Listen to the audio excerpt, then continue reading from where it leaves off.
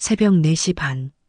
창밖은 아직 한밤중처럼 고요한데 제 몸은 수십 년간 맞춰온 시계처럼 어김없이 저를 깨웠습니다. 늙으면 잠이 없어진다지만 저를 일으키는 것은 세월이 아니라 몸에 밴 의무감이었어요. 부스스한 몸을 일으켜 더듬더듬 벽을 짚으며 부엌으로 향했습니다. 스위치를 올리자 낡았지만 정갈하게 정돈된 살림살이들이 희미한 형광등 불빛 아래 모습을 드러냈습니다. 저것들은 단순한 물건이 아니에요. 제 젊음과 눈물, 땀방울이 고스란히 스며 있는 제 삶의 증인들입니다.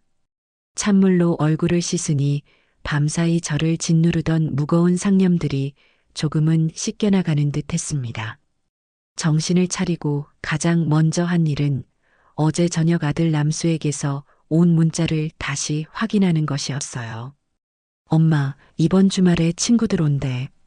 엄마 멸치볶음이랑 장조림 좀 먹고 싶다고 하네.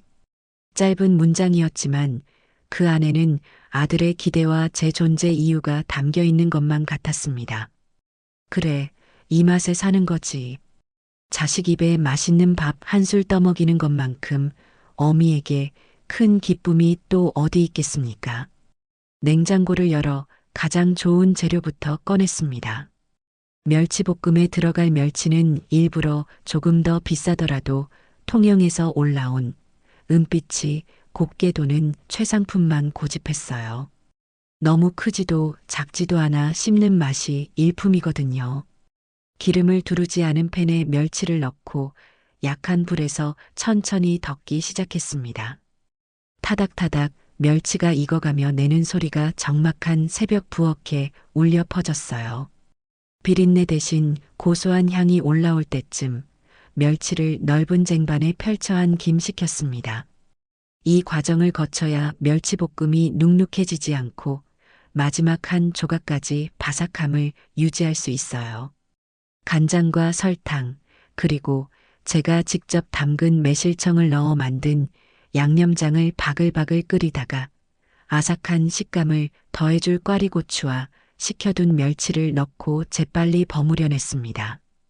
마지막으로 고소한 들기름 한 바퀴, 통깨 한 줌을 뿌려 완성했지요.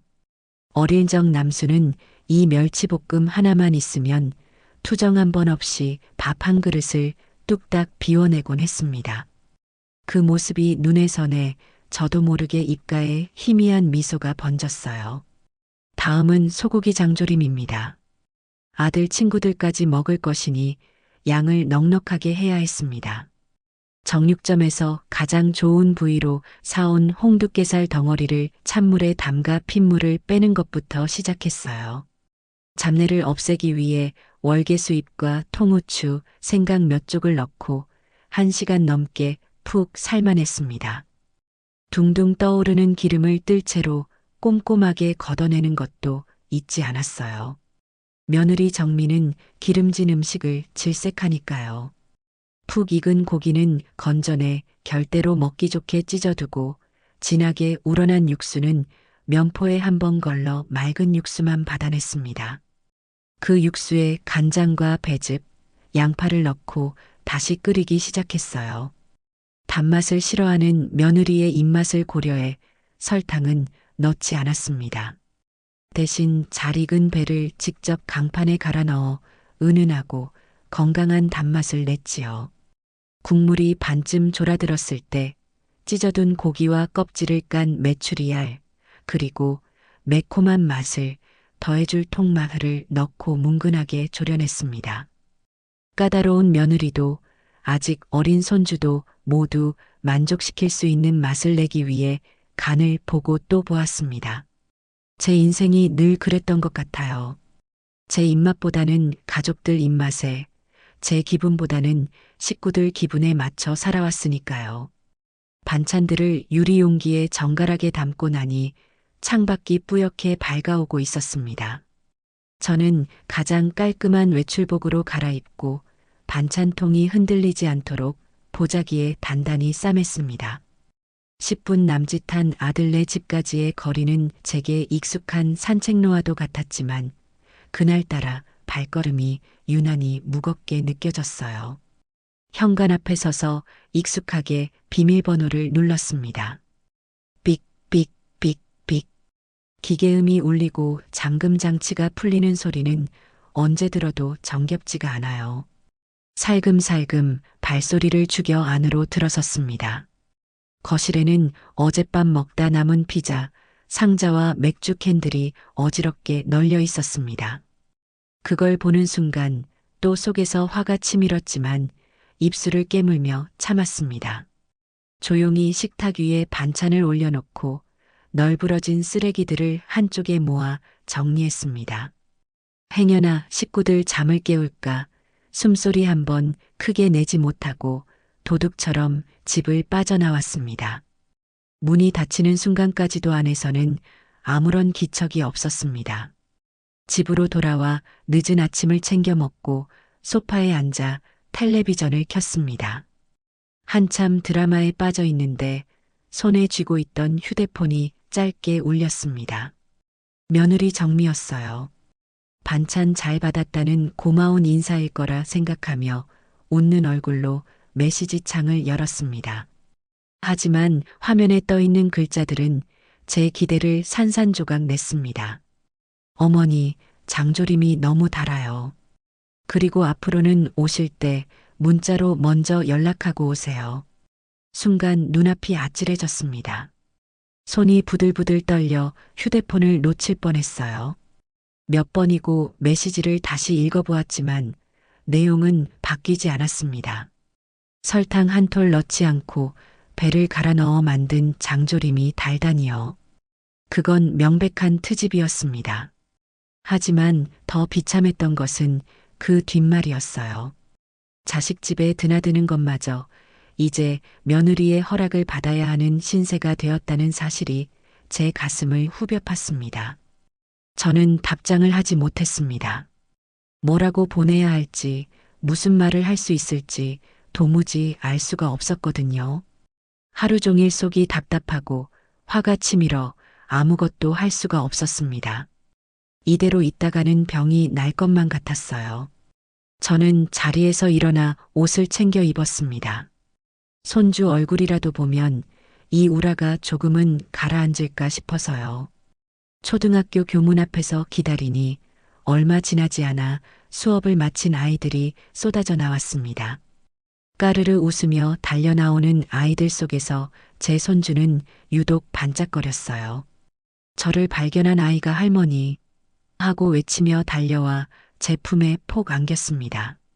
저는 아이의 작고 따뜻한 몸을 끌어안으며 오늘 하루 종일 저를 괴롭혔던 서름과 분노를 잠시 잊을 수 있었습니다. 우리 강아지, 오늘 학교에서 뭐 배웠어? 오늘은 받아쓰기 시험 봤는데 저 100점 맞았어요. 아이고, 장하다 내 새끼. 저는 주머니에 넣어두었던 꼬깃꼬깃한 10,000원짜리 한 장을 꺼내 아이 손에 쥐어주었습니다. 이걸로 우리 강아지 좋아하는 떡볶이 사 먹어. 친구들도 같이 사주고. 손주는 고맙다며 꾸벅 인사를 하고는 신이 나서 친구들에게 달려갔습니다. 멀어지는 아이의 뒷모습을 보며 저는 흐뭇하게 웃었습니다. 그래, 이것만으로도 되었다.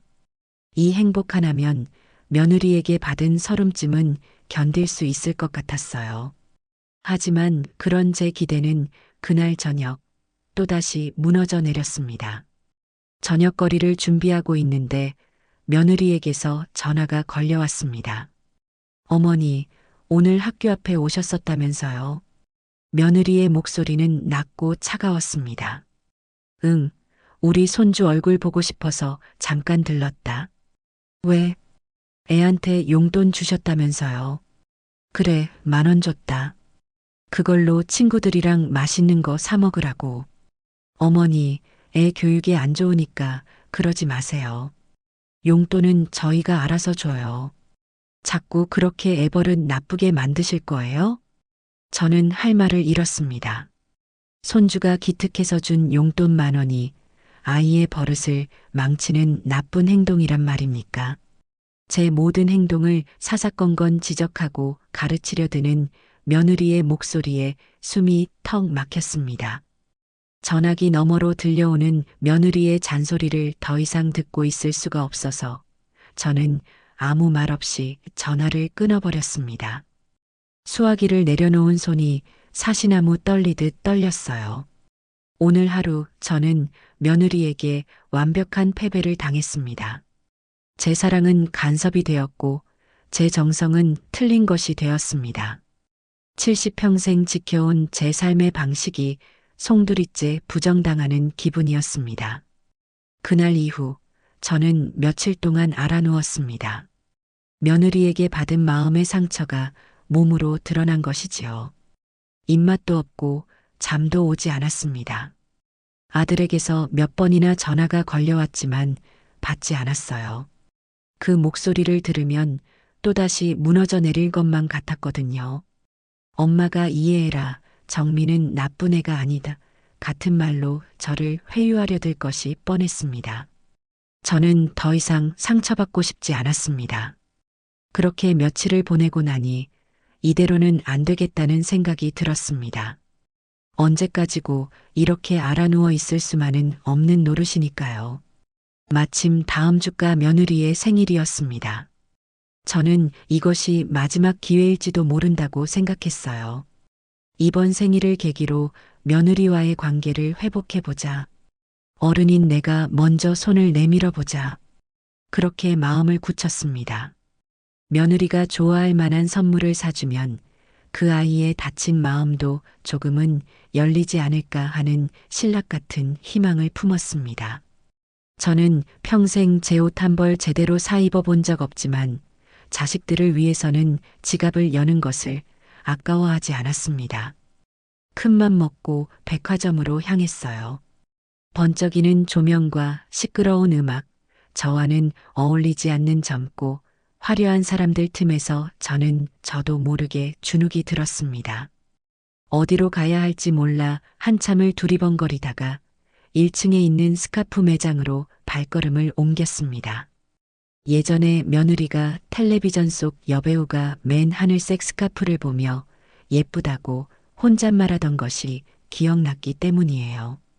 저는 며느리의 그 한마디를 허투루 듣지 않고 마음에 담아두고 있었습니다. 손님, 무엇을 도와드릴까요? 세련된 옷차림의 젊은 직원이 제게 다가와 물었습니다. 저는 주눅든 티를 내지 않으려고 애쓰며 대답했어요. 며느리 생일 선물을 좀 보려고요. 하늘색으로 된 부드러운 스카프 좀 보여주세요. 직원은 제 말에 몇 가지 스카프를 꺼내 보여주었습니다. 그 중에서도 유독 제 눈길을 끄는 것이 있었어요. 은은한 광택이 흐르는 최고급 실크로 만들어진 맑은 가을 하늘을 닮은 스카프였습니다. 만져보니 비단결처럼 부드러운 감촉이 손끝에 와 닿았어요. 이거라면 며느리도 분명 마음에 들어 할 거라는 확신이 들었습니다. 하지만 가격표를 보고는 저도 모르게 숨을 멈췄습니다. 제 한 달 생활비를 훌쩍 넘는 금액이었기 때문이에요. 잠시 망설였지만 이내 마음을 굳혔습니다. 이 정도는 써야 며느리에게 제 진심을 보여줄 수 있을 것 같았어요. 저는 떨리는 손으로 카드를 꺼내 값을 치렀습니다. 정성껏 포장된 선물 상자를 받아드니 마음 한구석이 뿌듯해졌습니다. 며느리의 생일날 저는 아침부터 분주하게 움직였습니다. 며느리가 좋아하는 잡채와 불고기, 미역국을 정성껏 끓였어요. 이번에는 실수하지 않기 위해 집을 나서기 전 아들 남수에게 먼저 전화를 걸었습니다. 아들, 나 지금 너희 집으로 출발하려고 한다. 정미한테 미리 이야기 좀 해줘. 아들은 제 전화에 멋쩍은 듯 웃으며 대답했습니다. 알았어, 엄마. 조심해서 와. 아들네 집에 도착하니 다행히 며느리는 저를 보고도 얼굴을 찌푸리지는 않았습니다. 하지만 그 표정 어디에도 반가운 기색은 없었어요. 저는 애써 웃으며 며느리에게 선물 상자를 내밀었습니다. 생일 축하한다, 아가. 이거 엄마가 넣어주려고 샀다. 며느리는 무표정하게 상자를 받아들었습니다. 포장을 뜯어보지도 않고 식탁 구석에 툭 내려놓는 모습에 가슴이 철렁했지만 저는 애써 태연한 척했습니다. 어서 열어보렴. 너한테 잘 어울릴 것 같아서 골랐다. 며느리는 마지못해 상자를 열었습니다. 고운 빛깔의 스카프가 모습을 드러냈지만 며느리의 얼굴에는 아무런 감흥도 떠오르지 않았어요. 어머니, 이런 거 사오실 필요 없는데 제 취향도 아니고요. 그 말을 끝으로 며느리는 스카프를 다시 상자에 넣어 거실 구석으로 밀어버렸습니다. 그 순간 제 심장이 바닥으로 곤두박질 치는 것 같았어요. 어색한 식사가 끝나고 저는 설거지라도 도울 생각으로 부엌으로 향했습니다. 아들과 며느리는 거실에서 자기들끼리 이야기를 나누고 있었어요. 잠시 후 며느리가 친구와 통화를 하는 목소리가 들려왔습니다. 저는 저도 모르게 발걸음을 멈추고 귀를 기울였습니다. 시어머니, 아휴 말도 마. 오늘 또 바리바리 싸들고 오셨다. 무슨 스카프를 사왔는데 촌스러워서 어디하고 다니지도 못하겠어. 그냥 ATM이면 좋겠는데 자꾸 뭘 해주면서 생색내고 간섭하려 드니까 피곤해 죽겠다. 며느리의 목소리에는 조금의 망설임도 없었습니다. 그 말 한마디 한마디가 비수가 되어 제 심장에 박혔습니다. ATM, 돈이나 주는 기계. 그것이 며느리가 생각하는 제 모습이었습니다. 저는 더 이상 그곳에 서 있을 수가 없었어요. 조용히 현관으로 가 신발을 신었습니다. 제 인기척을 느낀 아들이 황급히 달려 나왔습니다. 엄마, 벌써 가게? 좀 더 있다 가지. 저는 아들을 돌아보지 않았습니다. 지금 아들의 얼굴을 보면 제 속에 우라가 터져 나와 무슨 짓을 할지 몰랐기 때문이에요. 됐다. 이만 가봐야겠다. 저는 그대로 집을 빠져나왔습니다. 뒤에서 아들이 저를 부르는 소리가 들렸지만 저는 걸음을 멈추지 않았습니다. 집으로 돌아오는 내내 눈물이 뺨을 타고 흘러내렸습니다. 이건 슬픔의 눈물이 아니었어요. 분노와 배신감, 그리고 제 자신에 대한 한심함이 뒤섞인 눈물이었습니다. 그날 밤 저는 아들에게 전화를 걸었습니다. 마지막으로 아들의 생각을 확인하고 싶었어요. 남수야, 너도 엄마가 그렇게 생각하니? 엄마가 너희들 인생에 간섭하는 귀찮은 존재라고 생각하느냐고. 아들은 제 물음에 한숨부터 내쉬었습니다. 엄마, 또 왜 그래? 정미가 스트레스가 많아서 그래. 엄마가 어른이니까 이해 좀 해줘. 또 그 소리였습니다. 저는 그 말을 듣는 순간 제 마음속에 남아있던 마지막 기대마저 완전히 무너져 내리는 것을 느꼈습니다. 그래, 알겠다. 이제 엄마가 어떻게 해야 할지 잘 알겠어. 저는 그 말을 끝으로 전화를 끊었습니다. 더 이상 아들에게서 듣고 싶은 말은 없었어요. 저는 그날 밤 아주 중요한 결심을 했습니다. 며칠 후 아들 내외가 대출금 문제로 다투는 소리를 우연히 듣게 되었습니다. 아들네 집에 들렀다가 문 앞에서 두 사람이 언성을 높이는 소리에 차마 들어가지 못하고 서 있었던 것이지요. 이러다 우리 길바닥에 나앉게 생겼다고. 당신 도대체 정신이 있는 거야 없는 거야? 나라고 방법이 있냐? 회사 사정도 안 좋은데 어디 가서 돈 빌릴 데도 없잖아. 저는 문 밖에서 두 사람의 대화를 들으며 가슴이 찢어지는 것 같았습니다. 제 아들이 돈 때문에 저렇게 힘들어하고 있는데 어미로서 모른 척할 수는 없었어요. 며느리에 대한 미운 마음도 아들에 대한 서운한 마음도 자식의 고통 앞에서는 아무 소용이 없었습니다. 저는 집으로 돌아와 장롱 깊숙한 곳에 숨겨두었던 통장을 꺼냈습니다. 남편이 세상을 떠나고 남수 하나만 바라보며 식당 일, 공장 일을 전전하며 억척같이 모은 돈이었습니다. 제 노후 자금이자 제 인생 그 자체였지요. 다음 날 아침 저는 은행 문이 열리자마자 달려가 5천만 원을 현금으로 찾았습니다. 두툼한 돈 봉투를 품에 안으니 마음 한편이 든든하면서도 서글펐습니다. 이 돈이면 아들이 당분간은 걱정 없이 지낼 수 있겠지요. 저는 곧장 아들네 집으로 향했습니다. 초인종을 누르자 며느리가 나왔습니다. 저를 보고는 의아한 표정을 지었어요. 저는 말없이 며느리에게 돈 봉투를 내밀었습니다. 이거 너희들 보태 써라. 며느리는 돈 봉투를 내려다보더니 이내 제 얼굴을 쳐다봤습니다. 그 눈에는 고마움 대신 차가운 경계심이 가득했어요. 어머니, 이게 뭐예요? 너희들 힘든 것 같아서 이걸로 급한 불부터 끄려무나. 저는 며느리가 제 손을 잡으며 고맙다고 말해주기를 바랐습니다. 하지만 며느리는 제 기대를 여지없이 무너뜨렸습니다. 어머니, 이건 그냥 주시는 거 아니잖아요. 이 돈으로 또 얼마나 저희 인생에 사사건건 간섭하시려고요? 며느리의 목소리는 얼음장처럼 차가웠습니다. 저는 그 말에 망치로 머리를 한 대 얻어맞은 듯한 충격을 받았습니다. 뭐, 간섭이라니. 그게 무슨 말이냐? 모르시는 척하지 마세요. 어머니가 저희한테 해주시는 모든 것에는 대가가 따르잖아요. 반찬 하나 가져다 주시면서 저희 사는 방식에 대해 이래라 저래라 하시고 용돈 한 번 주시면서 애 교육까지 통제하려고 하시잖아요. 이 돈도 마찬가지겠죠. 이걸 받으면 저희는 평생 어머니 눈치 보면서 살아야 할 거예요. 저는 아무 말도 할 수가 없었습니다. 제 진심이, 제 사랑이 그렇게 왜곡될 수 있다는 사실이 믿기지가 않았어요. 제가 할 말을 잃고 멍하니 서 있자 며느리는 제게 결정타를 날렸습니다.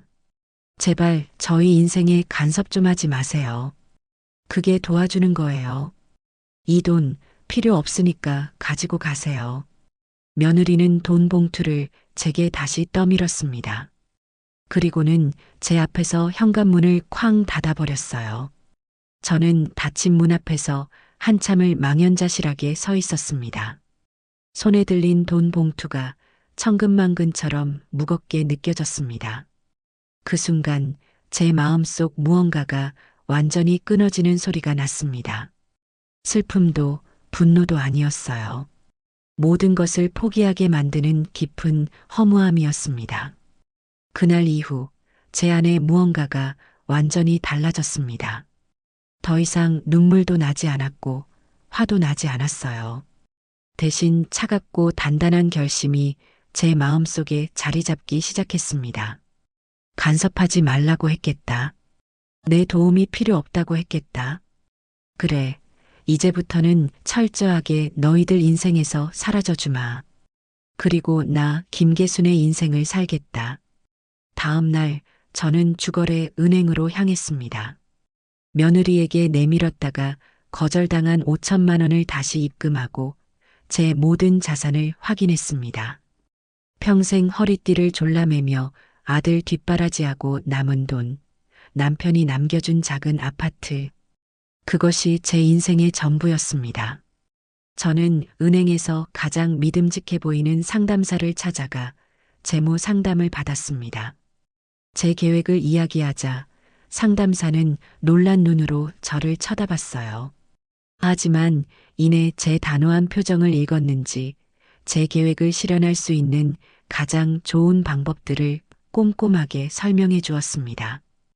은행을 나온 저는 곧장 동네 부동산으로 향했습니다. 제가 사는 아파트는 낡았지만 최근에 지하철역이 들어서면서 값이 꽤 올라 있었어요. 부동산 사장은 제 아파트를 보더니 좋은 값을 받을 수 있을 거라고 장담했습니다. 저는 그 자리에서 바로 집을 내놓았습니다. 조금이라도 빨리 이 지긋지긋한 곳을 떠나고 싶었거든요. 그날 저녁 아들에게서 전화가 왔습니다. 엄마, 오늘 부동산에서 우리 집 보고 갔다는데 무슨 일이야? 집 팔려고? 아들의 목소리에는 당혹감이 서려 있었습니다. 저는 아무렇지 않은 척 대답했어요. 아니다. 집이 낡아서 수리 좀 하려고, 견적이나 받아보려고 불렀다. 제 거짓말에 아들은 금방 안심하는 눈치였습니다. 아, 그런 거였어? 놀랐네. 필요한 거 있으면 말해, 엄마. 저는 아들의 그 말을 비웃으며 전화를 끊었습니다. 이제 와서 필요한 게 있으면 말하라니.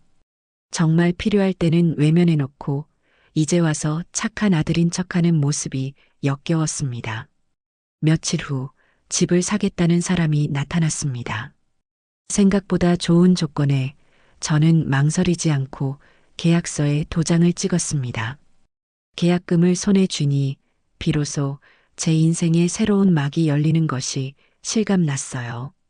저는 그 돈으로 강릉 바닷가 근처에 작고 아담한 집을 계약했습니다. 평생 바다를 보고 싶다는 막연한 꿈이 있었는데 이제야 그 꿈을 이룰 수 있게 된 것입니다. 남은 돈은 노후 자금과 새로운 시작을 위한 사업 자금으로 꼼꼼하게 분리해 두었습니다. 이제 모든 준비는 끝났습니다. 저는 제 인생에서 가장 중요한 탈출을 감행할 준비를 마쳤습니다. 잔금을 모두 치르고 등기 이전까지 마친 날, 저는 꼬박 하룻밤을 뜬 눈으로 세웠습니다. 수십 년을 살아온 이 집에서의 마지막 밤이었어요. 짐은 이미 며칠에 걸쳐 버린 것은 버리고 강릉으로 가져갈 최소한의 것들만 상자에 담아둔 상태였습니다. 텅 빈 거실에 홀로 앉아 있으니 지나온 세월의 장면들이 파노라마처럼 눈앞을 스쳐 지나갔습니다. 저 소파는 남수가 결혼할 때 처음으로 장만했던 것이고 저쪽 벽에 희미하게 남은 자국은 손주 녀석이 어릴 때 키를 재던 흔적이었지요. 부엌으로 가보니 제 손때가 묻어 반질반질해진 싱크대와 수십 년간 쓴 무쇠솥이 저를 말없이 바라보는 것 같았습니다. 이 집 구석구석에 제 눈물과 땀, 기쁨과 슬픔이 배어있지 않은 곳이 없었어요. 정든 집을 떠난다는 사실에 마음 한구석이 아려왔지만 후회는 없었습니다. 이곳은 더 이상 제게 안식처가 아니었어요. 보이지 않는 감옥이었지요. 저는 그 감옥에서 제 발로 걸어나가기로 결심한 것입니다. 다음 날 새벽 해가 뜨기도 전에 저는 조용히 집을 나설 채비를 마쳤습니다. 이삿짐 센터는 부르지 않았어요. 용달차 한 대를 불러뒀을 뿐입니다. 제 인생의 새로운 시작은 다른 사람의 손을 빌리지 않고 온전히 제 힘으로 하고 싶었습니다. 몇 개 되지 않는 짐 상자를 기사님과 함께 싣고 나니 정말 떠난다는 것이 실감 났습니다. 마지막으로 집을 한번 둘러보았습니다. 텅 비어버린 공간은 낯설고 차가웠어요. 저는 미련 없이 현관문을 닫고 열쇠를 부동산에 맡기기로 한 약속 장소로 향했습니다. 모든 정리를 마치고 용달차 조수석에 올라탔을 때 동쪽 하늘이 희미하게 밝아오고 있었습니다. 제 인생의 새로운 아침이 밝아오는 것만 같았어요. 차가 서울을 벗어나 강릉으로 향하는 고속도로에 올라탔습니다. 창밖으로 빠르게 스쳐 지나가는 풍경들을 보며 저는 주머니에서 휴대폰을 꺼냈습니다. 그리고 오랫동안 고민하며 썼다 지웠다를 반복했던 문자를 아들 남수에게 보냈어요. 너희 말대로 이제 간섭 안 하고 내 인생 살련다. 이사했으니 찾지 마라. 보내기 버튼을 누르는 손가락은 조금도 떨리지 않았습니다. 문자를 보낸 뒤 저는 휴대폰 전원을 완전히 꺼버렸습니다. 이제 더 이상 그들의 세상에 얽매이지 않겠다는 저 자신과의 약속이었어요. 차창 너머로 보이는 풍경이 점점 푸르게 변해갔습니다. 제 마음도 묵은 체증이 내려간 듯 한결 가벼워지는 기분이었습니다. 그 시각 아들 내외는 어떤 모습이었을까요? 아마 늦잠을 자고 일어나 제가 없는 줄도 모르고 있었겠지요. 주말 아침 남수는 의뢰 그랬던 것처럼 해장이라도 할 겸 제 집으로 향했을 겁니다. 며느리 정미는 제가 또 무슨 반찬을 해다 놓았을지 속으로는 기대하면서도 겉으로는 귀찮은 척 따라 나섰을 테고요. 두 사람은 아무 생각 없이 저희 집 현관 앞에 서서 익숙하게 비밀번호를 눌렀을 겁니다. 삑, 삑, 삑, 삑. 하지만 문은 열리지 않았겠지요. 이상하다. 비밀번호 바꿨나? 남수가 고개를 갸웃거리며 다시 한번 번호를 눌러보았을 겁니다. 엄마가 말도 없이 번호를 바꿀 리가 없는데 몇 번을 더 시도해도 문이 열리지 않자 두 사람의 얼굴에는 슬슬 짜증과 불안이 어리기 시작했을 거예요. 뭐야, 엄마 어디 갔어? 전화 한번 해봐. 정미의 퉁명스러운 말에 남수는 제게 전화를 걸었겠지요. 하지만 제 휴대폰은 이미 꺼져 있었습니다. 전원이 꺼져 있어 음성사서함으로 연결됩니다. 라는 안내 메시지만이 그들을 맞이했을 겁니다. 전화도 안 받네.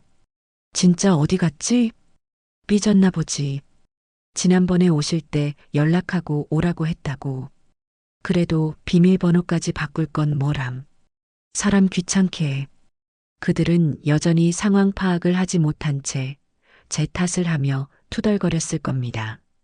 경비실에라도 가서 물어보자며 아파트 현관으로 내려갔겠지요. 어르신, 103동 504호 말입니까? 거기 어제 이사했는데요. 경비 아저씨의 말에 두 사람은 잠시 멍해졌을 겁니다. 네, 이사요? 누가요? 그 집에 사시던 할머니요. 어제 아침 일찍 짐 빼서 가셨어요. 아니, 그게 무슨 말씀이세요? 저희한테 아무 말도 없으셨는데. 글쎄요. 저야 뭐 어제 오후에는 새 주인 들어와서 짐 풀던데. 경비 아저씨의 말을 듣는 순간 남수와 정미의 머릿속은 하얗게 변했을 겁니다. 그제야 두 사람은 제가 보낸 문자를 떠올렸겠지요. 장난인 줄 혹은 잠깐 삐쳐서 하는 투정인 줄 알았던 그 문자가 무서운 현실이 되어 그들의 뒤통수를 후려쳤을 겁니다. 두 사람은 믿을 수 없다는 얼굴로 허둥지둥 다시 저희 집 현관 앞으로 달려갔을 거예요. 그리고 그때 엘리베이터 문이 열리고 낯선 사람들이 이삿짐을 들고 집으로 들어가는 광경을 목격했겠지요. 새로 이사 온 사람들은 의아한 눈으로 문 앞에 망연자실하게 서 있는 남수와 정미를 쳐다봤을 겁니다. 저 누구신데 남의 집 앞에서 그러고 계세요? 그 한마디에 두 사람은 모든 것이 끝났음을 깨달았을 겁니다. 엄마가 사라졌어요. 반찬을 해주던, 아이를 봐주던, 귀찮게 간섭하던 그 엄마가 자신들의 세상에서 흔적도 없이 사라져버린 것입니다. 남수는 그 자리에 주저앉아 버렸고 정미는 새하얗게 질린 얼굴로 입술만 달싹거렸을 겁니다. 아파트 복도에는 새로 이사 온 사람들의 부산스러운 소음과 두 사람의 절망적인 침묵만이 가득했을 거예요. 강릉에 도착했을 때 저를 가장 먼저 반겨준 것은 비릿하면서도 상쾌한 바다 내음이었습니다. 평생을 도시의 매연 속에서 살아온 제게 그 냄새는 마치 막혔던 숨통을 틔워주는 청량제 같았어요. 제가 새로 살게 된 집은 바다가 한눈에 내려다 보이는 작은 언덕 위에 자리한 아담한 주택이었습니다. 낡았지만 햇볕이 잘 드는 남양집이었고 마당에는 작은 텃밭을 일굴 만한 공간도 있었지요. 집 안으로 들어서자 커다란 창문 너머로 끝없이 펼쳐진 수평선이 보였습니다. 윤슬이 부서지는 바다를 보고 있으니 지난 수십 년간 제 가슴을 짓누르던 응어리가 한순간에 씻겨 내려가는 기분이었습니다. 그래, 이제부터 이곳이 내 집이다. 누구의 눈치도 볼 필요 없는 온전한 나만의 공간. 저는 짐도 풀기 전에 한참 동안이나 창가에 서서 바다를 바라보았습니다. 다음 날부터 저는 새로운 동네를 탐험하기 시작했습니다. 집에서 조금만 걸어 내려가면 작은 항구와 시끌벅적한 어시장이 있었어요. 갓 잡은 싱싱한 생선들을 파는 상인들의 활기찬 목소리, 흥정하는 손님들의 웃음소리가 정겹게 느껴졌습니다. 어머니, 어디서 오셨소? 처음 보는 얼굴인데. 퉁명스러운 서울 사람들과는 달리 이곳 사람들은 제게 먼저 스스럼 없이 말을 걸어왔습니다. 서울서 살다 얼마 전에 이사 왔어요. 아이고, 잘 오셨소. 여긴 공기도 좋고 인심도 좋지. 앞으로 자주 봅시다. 저는 그들의 따뜻한 인사에 어색하면서도 기분이 좋았습니다. 시장에서 싱싱한 생선과 해초, 그리고 텃밭에 심을 모종 몇 개를 샀습니다. 집으로 돌아오는 길, 저는 저도 모르게 콧노래를 흥얼거리고 있었어요. 그날 저녁, 저는 오롯이 저 자신만을 위한 저녁상을 차렸습니다. 남수나 며느리의 입맛이 아닌 제가 가장 좋아하는 음식들로요. 매콤하게 조린 갈치조림과 새콤달콤하게 무친 미역초 무침, 그리고 갓 지어 김이 모락모락 나는 흰쌀밥. 평생을 가족들 먼저 챙기느라 찬밥에 물 말아 후루룩 넘기기 일쑤였는데 이렇게 저를 위해 정성껏 차린 밥상을 마주하니 기분이 이상했습니다. 창밖의 바다를 보며 천천히 밥을 씹어 삼키는데 저도 모르게 눈물이 핑 돌았어요. 이것이 진정한 행복일지도 모른다는 생각이 들었습니다. 며칠 뒤 저는 마당 한쪽에 작은 장독대를 만들었습니다. 그리고 평생 해보고 싶었지만 여유가 없어 미뤄뒀던 전통장 담그기를 시작했어요. 가장 좋은 국산 콩을 사다 정성껏 메주를 쓰고 천일염을 구해다 간수를 뺐습니다. 햇볕 좋은 날에는 장독 뚜껑을 열어 햇살을 쬐어주고 비 오는 날에는 행여 빗물이 들어갈까 노심초사하며 장독대를 돌보았어요. 그 과정은 고되고 손이 많이 갔지만 조금도 힘들지 않았습니다. 오히려 하루하루 익어가는 장을 보며 제 인생도 저렇게 깊어져 가는 것 같아 마음이 뿌듯했어요. 어느 날 제가 만든 된장으로 끓인 찌개와 갓 담근 장아찌 몇 가지를 쟁반에 받쳐들고 이웃에 사는 독거노인 댁을 찾아갔습니다. 혼자 계시는 어르신이 마음에 걸려서요. 아이고, 이게 다 뭐여? 뭘 이런 걸 다. 별거 아니에요. 제가 직접 만든 건데 맛이나 한번 보세요. 어르신은 제 반찬을 맛보더니 눈이 동그래졌습니다. 세상에 이렇게 맛있는 된장찌개는 평생 처음 먹어보네. 이거 어디서 산기요? 제가 직접 담근 거예요. 제 말에 어르신은 입에 침이 마르도록 제 손맛을 칭찬했습니다. 그날 이후 제 반찬은 동네에 금세 입소문이 나기 시작했어요. 저는 이왕 하는 거 동네 어르신들 몇 분께 더 반찬을 만들어 나누어 드렸습니다. 고맙다며 텃밭에서 기른 채소를 가져다 주시는 분도 계셨고 옥수수를 한 자루 삶아다 주시는 분도 계셨어요. 삭막했던 서울살이에서는 느껴보지 못했던 따뜻한 정이 오갔습니다. 그러던 어느 날 동네에 하나 있는 작은 로컬 푸드 마켓의 젊은 사장이 저를 찾아왔습니다. 훤칠하게 생긴 청년이었는데 어르신들 사이에서 제 반찬이 맛있다는 소문을 들었다고 해요. 어르신, 안녕하세요. 저는 이 앞에서 작은 가게를 하는 사람입니다. 아, 그래요. 무슨 일로 왔어요? 어르신 손맛이 보통이 아니시라고 다들 칭찬이 자자해서요. 혹시 괜찮으시다면 저희 가게에 반찬이랑 장 종류를 좀 납품해 주실 수 있을까요? 저는 생각지도 못한 제안에 깜짝 놀랐습니다. 내가 만든 걸 판다고? 아이고, 나는 장사 같은 건 해본 적도 없는 사람인데.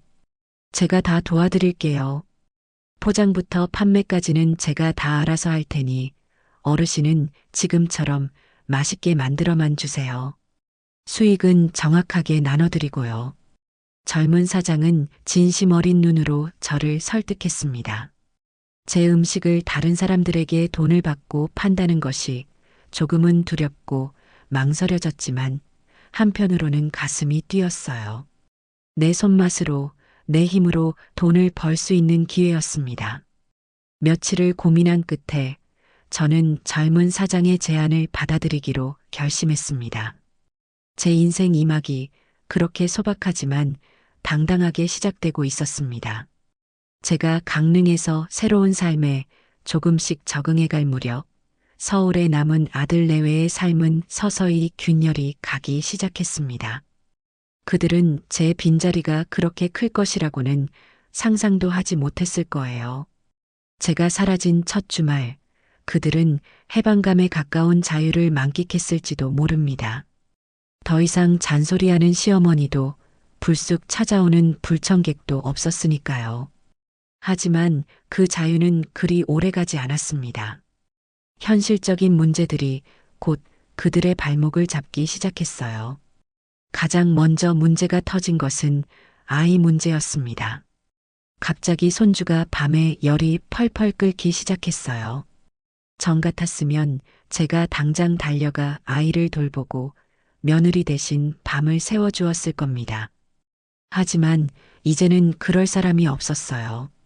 다급해진 며느리는 발을 동동 굴렀고 남수는 어쩔 줄 몰라 하며 아내의 눈치만 살폈습니다.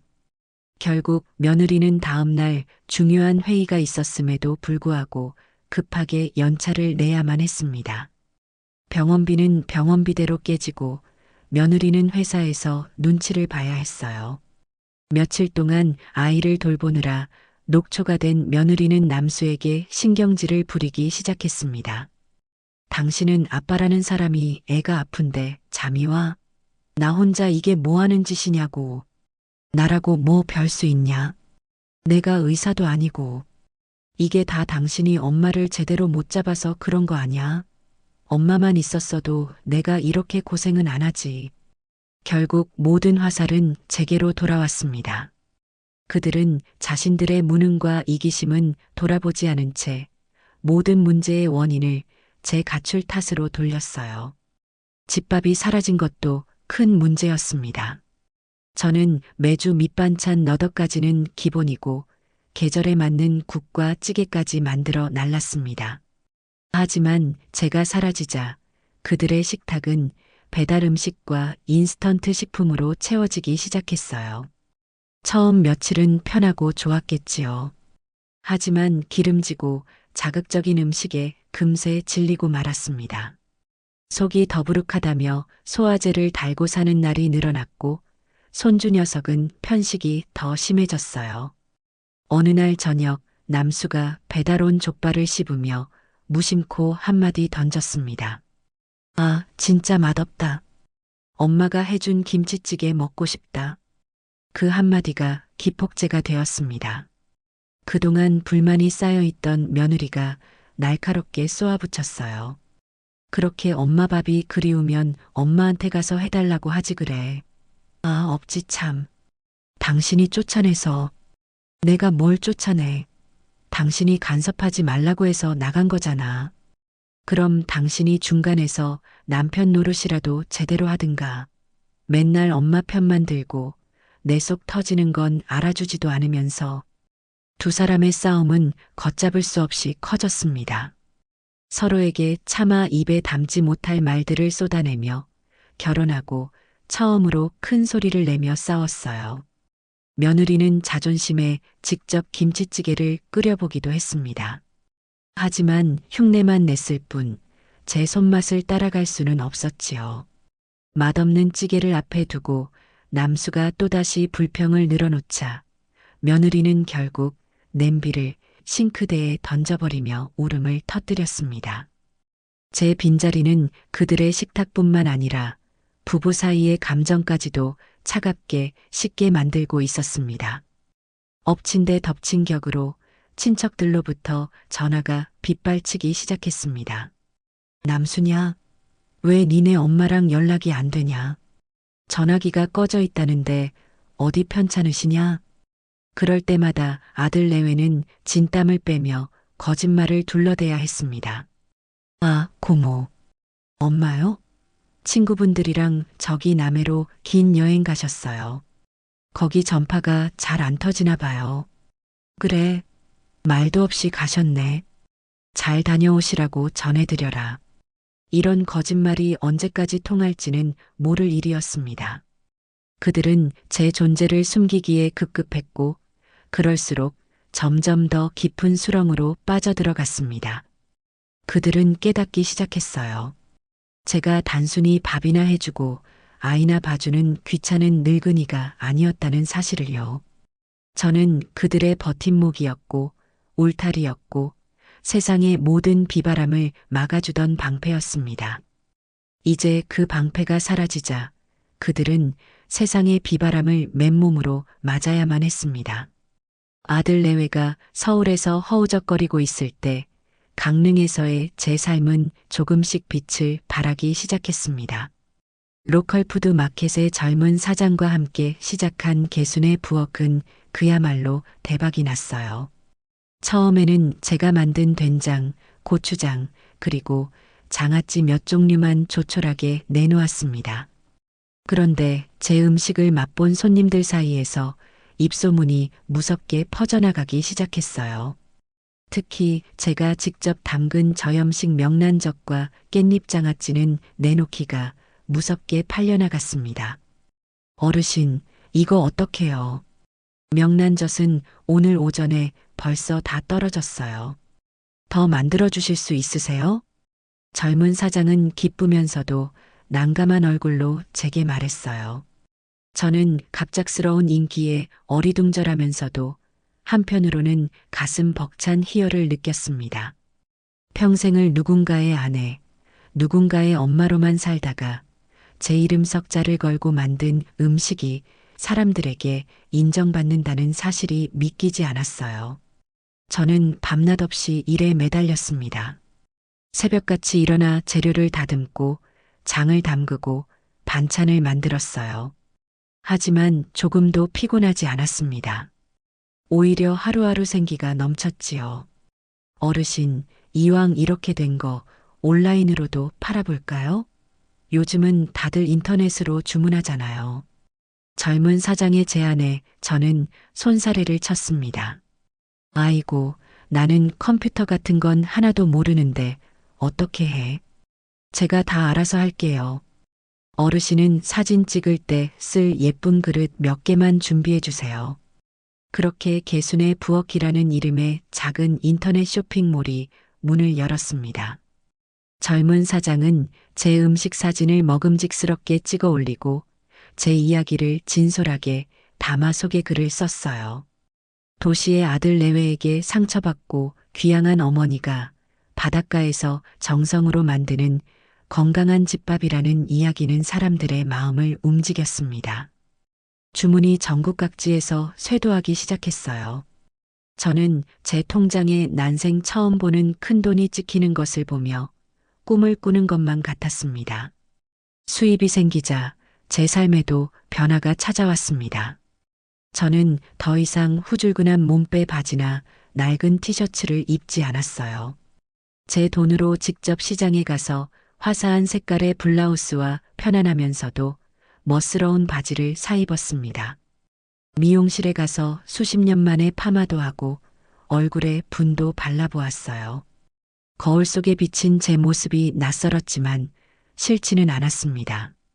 오히려 잃어버렸던 제 모습을 되찾은 기분이었어요. 동네 사람들은 저를 보면 하나같이 예뻐졌다며 칭찬을 해주었습니다. 그럴 때마다 저는 소녀처럼 수줍게 웃었어요.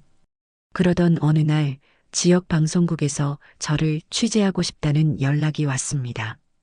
귀향에 성공한 시니어 창업가라는 주제로 저를 소개하고 싶다는 것이었어요. 저는 쑥스럽고 떨렸지만 저를 도와준 젊은 사장과 동네 사람들의 응원에 힘입어 촬영에 응하기로 했습니다. 촬영 당일 저는 곱게 화장을 하고 제가 가장 아끼는 옷을 입었습니다. 카메라 앞에서 제 인생 이야기를 담담하게 풀어놓았어요. 아들 내외에게 상처받았던 이야기까지는 하지 않았습니다. 그저 제2의 인생을 살게 된 기쁨과 제 음식에 대한 자부심을 이야기했을 뿐이에요. 방송이 나간 후 개순의 부엌은 그야말로 날개를 달았습니다. 전화통에 불이 나고 인터넷 주문창은 마비가 될 지경이었어요. 그리고 그 방송을 서울에 있던 아들 내외가 보게 된 것입니다. 친척 중 한 분이 너희 엄마 텔레비전에 나왔다 며 흥분해서 전화를 해준 덕분이었지요. 그들은 믿을 수 없다는 표정으로 텔레비전 채널을 돌렸을 겁니다. 그리고 화면 속에 등장한 제 모습을 보고는 할 말을 잃었을 거예요. 자신들이 알던 늘 초라하고 주눅 들어 있던 늙은 엄마가 아니었습니다. 환한 조명 아래서 자신감 넘치는 목소리로 인터뷰를 하고 바다를 배경으로 환하게 웃는 성공한 사업가 김계순이 있었을 뿐이지요. 그들에게 그 모습은 엄청난 충격이자 배신감이었을 겁니다. 자신들은 엄마가 없어서 이렇게 힘든데 정작 엄마는 혼자 저렇게 행복하게 잘 살고 있다는 사실을 받아들일 수 없었을 거예요. 특히 며느리 정미의 얼굴은 분노와 시기심으로 하얗게 질렸을 겁니다.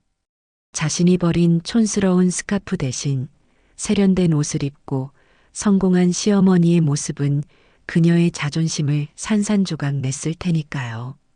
그들은 깨닫지 못했습니다. 저를 그렇게 빛나게 만든 것이 바로 자신들의 그 모진 말 한마디였다는 사실을요. 방송이 나가고 난 뒤 제 삶은 그야말로 딴 세상이 되었습니다. 개순의 부엌은 이제 강릉의 작은 로컬 푸드마켓 한 구석을 차지한 반찬 가게가 아니었어요. 전국에서 주문이 밀려드는 어엿한 이름난 브랜드가 되었습니다. 아침에 눈을 뜨면 휴대폰에는 밤새 들어온 주문 알림이 수백 개씩 쌓여 있었고 가게 전화는 쉴 새 없이 울려댔습니다. 저 혼자의 힘으로는 도저히 감당할 수 없는 지경에 이르렀지요. 저를 도와주던 젊은 사장, 박 사장은 제게 더 넓은 작업장과 직원을 구해야 한다고 진지하게 제안했습니다. 어르신, 이젠 정말 사업이에요. 지금 이 작은 부엌에서는 물량을 맞출 수가 없어요. 제가 근처에 괜찮은 상가 자리를 알아봤는데 거길 얻어서 제대로 된 공장 시스템을 갖춰야 해요. 공장이라니, 아이고. 내가 무슨 공장 사장이라고. 사장이시죠? 개순의 부엌 대표 김계순 사장님이시잖아요. 어르신, 이건 어르신이 평생의 정성으로 일궈내신 기회예요. 놓치시면 안 돼요. 박 사장의 눈은 확신으로 가득 차 있었습니다. 저는 그 젊은 사람의 기운에 이끌려 제 인생에서 가장 큰 결심을 하게 되었습니다. 은행에서 사업 자금 대출을 받고 박 사장이 알아봐둔 상가를 계약했어요. 낡고 허름한 공간이었지만 저희는 며칠 밤을 새워가며 쓸고 닦고 최신식 주방 설비를 들여놓았습니다. 그리고 동네에서 일자리를 구하던 아주머니 세 분을 정식 직원으로 채용했지요. 제 인생에 처음으로 제 이름으로 된 사업장이 생기고 제게 월급을 받아가는 식구들이 생긴 것입니다. 새로운 작업장에서 직원들과 함께 반찬을 만들고 장을 담그는 일은 고됐지만 하루하루가 보람으로 가득 찼습니다. 아주머니들은 제게 사장님, 사장님하고 깍듯하게 불렀지만 일할 때를 제외하면 친자매처럼 딸처럼 저를 따랐어요. 우리는 함께 웃고 떠들며 음식을 만들었습니다. 점심시간에는 갓 지은 밥에 저희가 만든 반찬으로 상다리가 휘어지게 차려놓고 둘러앉아 밥을 먹었어요. 평생을 외롭게 혼자 밥을 먹던 제게 그 시간은 무엇과도 바꿀 수 없는 행복이었습니다. 저는 제 직원들에게 월급 날짜는 하루도 어기지 않았고 명절에는 두둑한 상여금과 함께 양손 가득 저희 제품을 들려보냈습니다. 그들이 행복해야 우리 음식도 행복한 맛을 낼 수 있다고 믿었기 때문이에요. 개순의 부엌이 번창해 갈수록 제 삶은 윤택해졌습니다. 더 이상 돈 때문에 전전긍긍할 필요가 없었어요. 저는 제 명의로 된 번듯한 차도 한 대 뽑았습니다. 낡은 트럭 대신 깨끗한 승용차를 몰고 시장에 장을 보러 가면 기분마저 새로웠지요. 주말에는 직원들과 함께 강릉의 맛집을 찾아다니거나 경치 좋은 카페에 가서 바다를 보며 커피를 마시는 호사도 누렸습니다. 평생교육원에서는 경영 수업 외에 예전부터 배우고 싶었던 서예도 시작했어요. 하얀 화선지에 먹을 갈아 붓으로 제 이름을 써내려갈 때 저는 온전한 김계순이 되는 기분이었습니다. 저는 하루가 다르게 변해가고 있었어요. 더 이상 아들과 며느리에게 상처받았던 과거에 얽매이지 않고 제 삶의 주인이 되어가고 있었습니다. 하지만 제가 그렇게 빛나는 시간을 보내고 있을 때 서울의 아들 남수는 인생의 가장 어두운 터널을 지나고 있었습니다. 아들이 다니던 회사의 경영이 급격하게 나빠지기 시작한 것입니다. 여기저기서 회사가 곧 부도날 거라는 흉흉한 소문이 돌았고 결국 회사는 대규모 구조조정을 단행했습니다. 남수의 이름도 희망퇴직 대상자 명단에 올랐어요. 하루아침에 길바닥에 나앉게 될지도 모른다는 공포가 남수를 짓눌렀습니다. 신락 같은 희망이라도 붙잡아 보려고 밤늦게까지 회사에 남아 온갖 꾸준일을 도맡아 했지만 한번 기울기 시작한 회사의 운명을 되돌릴 수는 없었습니다. 엎친 데 덮친 격으로 아들 내외가 무리해서 받은 주택담보대출의 금리가 가파르게 오르기 시작했어요. 매달 갚아야 하는 이자는 눈덩이처럼 불어났고 남수의 월급만으로는 생활비조차 감당하기 힘든 지경에 이르렀습니다. 며느리 정미는 생활비를 벌기 위해 아르바이트라도 알아보려 했지만 아이를 돌봐줄 사람이 없다는 현실의 벽에 부딪혔습니다. 정 같았으면 제가 두 팔 걷어붙이고 손주를 돌봐주었겠지만 이제는 그럴 수가 없었지요. 돈 문제는 부부 사이를 파고드는 가장 날카로운 칼날이었습니다. 그들은 하루가 멀다 하고 돈 문제로 서로를 물어뜯으며 싸웠습니다. 결국 남수는 마지막 지푸라기라도 잡는 심정으로 제게 전화를 걸었습니다. 제가 방송에 나온 이후 제 연락처는 이미 친척들을 통해 알고 있었지만 차마 먼저 연락할 용기를 내지 못하고 있었던 것입니다. 그날도 몇 번이나 통화 버튼을 눌렀다 지웠다를 반복했을 겁니다. 밤늦은 시간 일과를 마치고 막 잠자리에 들려던 제 휴대폰이 요란하게 울렸습니다. 화면에 떠있는 아들이라는 두 글자를 보는 순간 제 심장이 쿵 내려앉았어요. 올 것이 왔구나 싶었습니다. 저는 잠시 심호흡을 하고 최대한 아무렇지 않은 목소리로 전화를 받았습니다. 여보세요. 엄마. 수화기 너머로 들려오는 아들의 목소리는 물에 젖은 솜처럼 축 처져 있었습니다.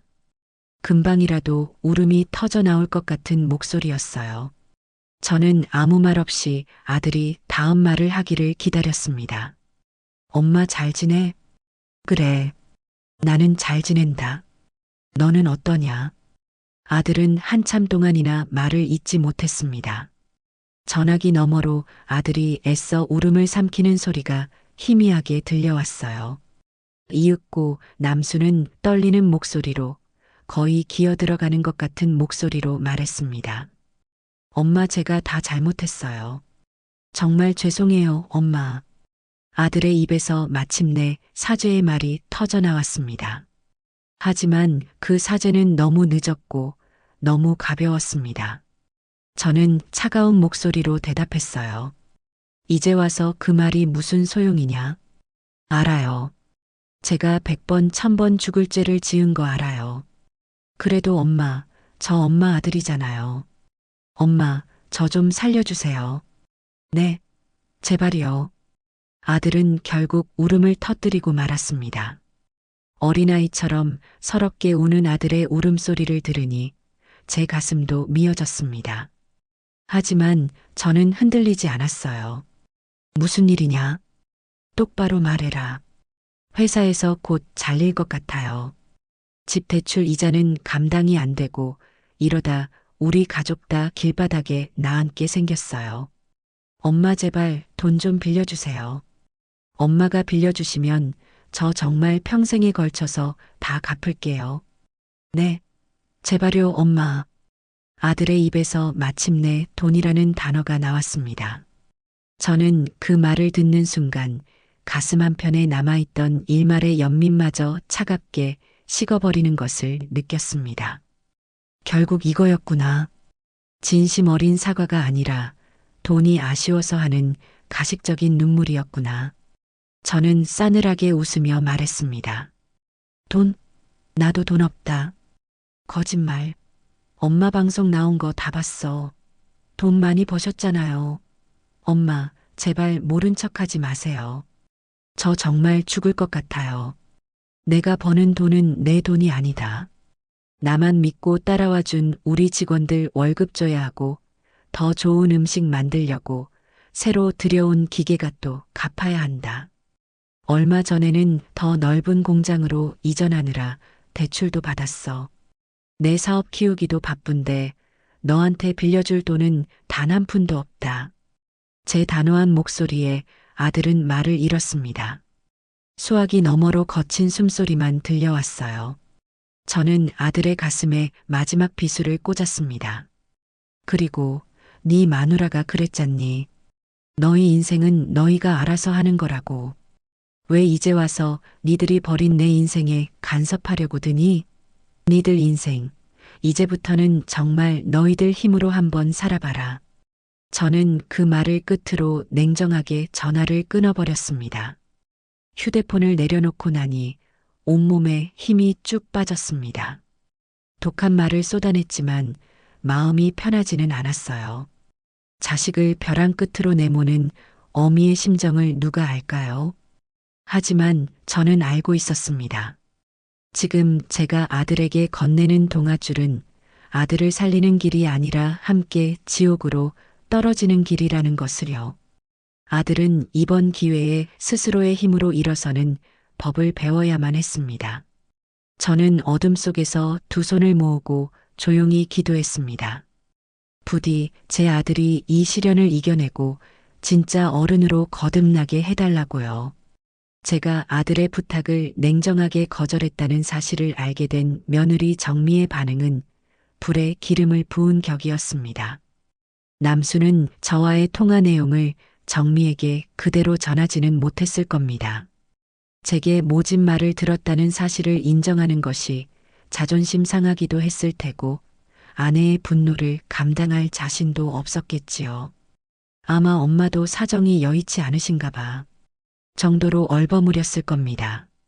하지만 눈치 빠른 정미가 그 말을 곧이곧대로 믿을 리 없었습니다. 남편을 닥달해 통화 내용을 모두 알아낸 정미는 그야말로 이성을 잃고 말았습니다. 뭐, 사업? 직원? 웃기지도 않아. 평생 우리 아빠 등골 빼먹고 살던 여자가 무슨 사업가라고. 다 쇼하는 거잖아. 당신 아들 망해가는 꼴 보면서 고소해야 하는 거 아니야, 지금. 정미야, 말 좀 가려서 해. 그래도 우리 엄마야.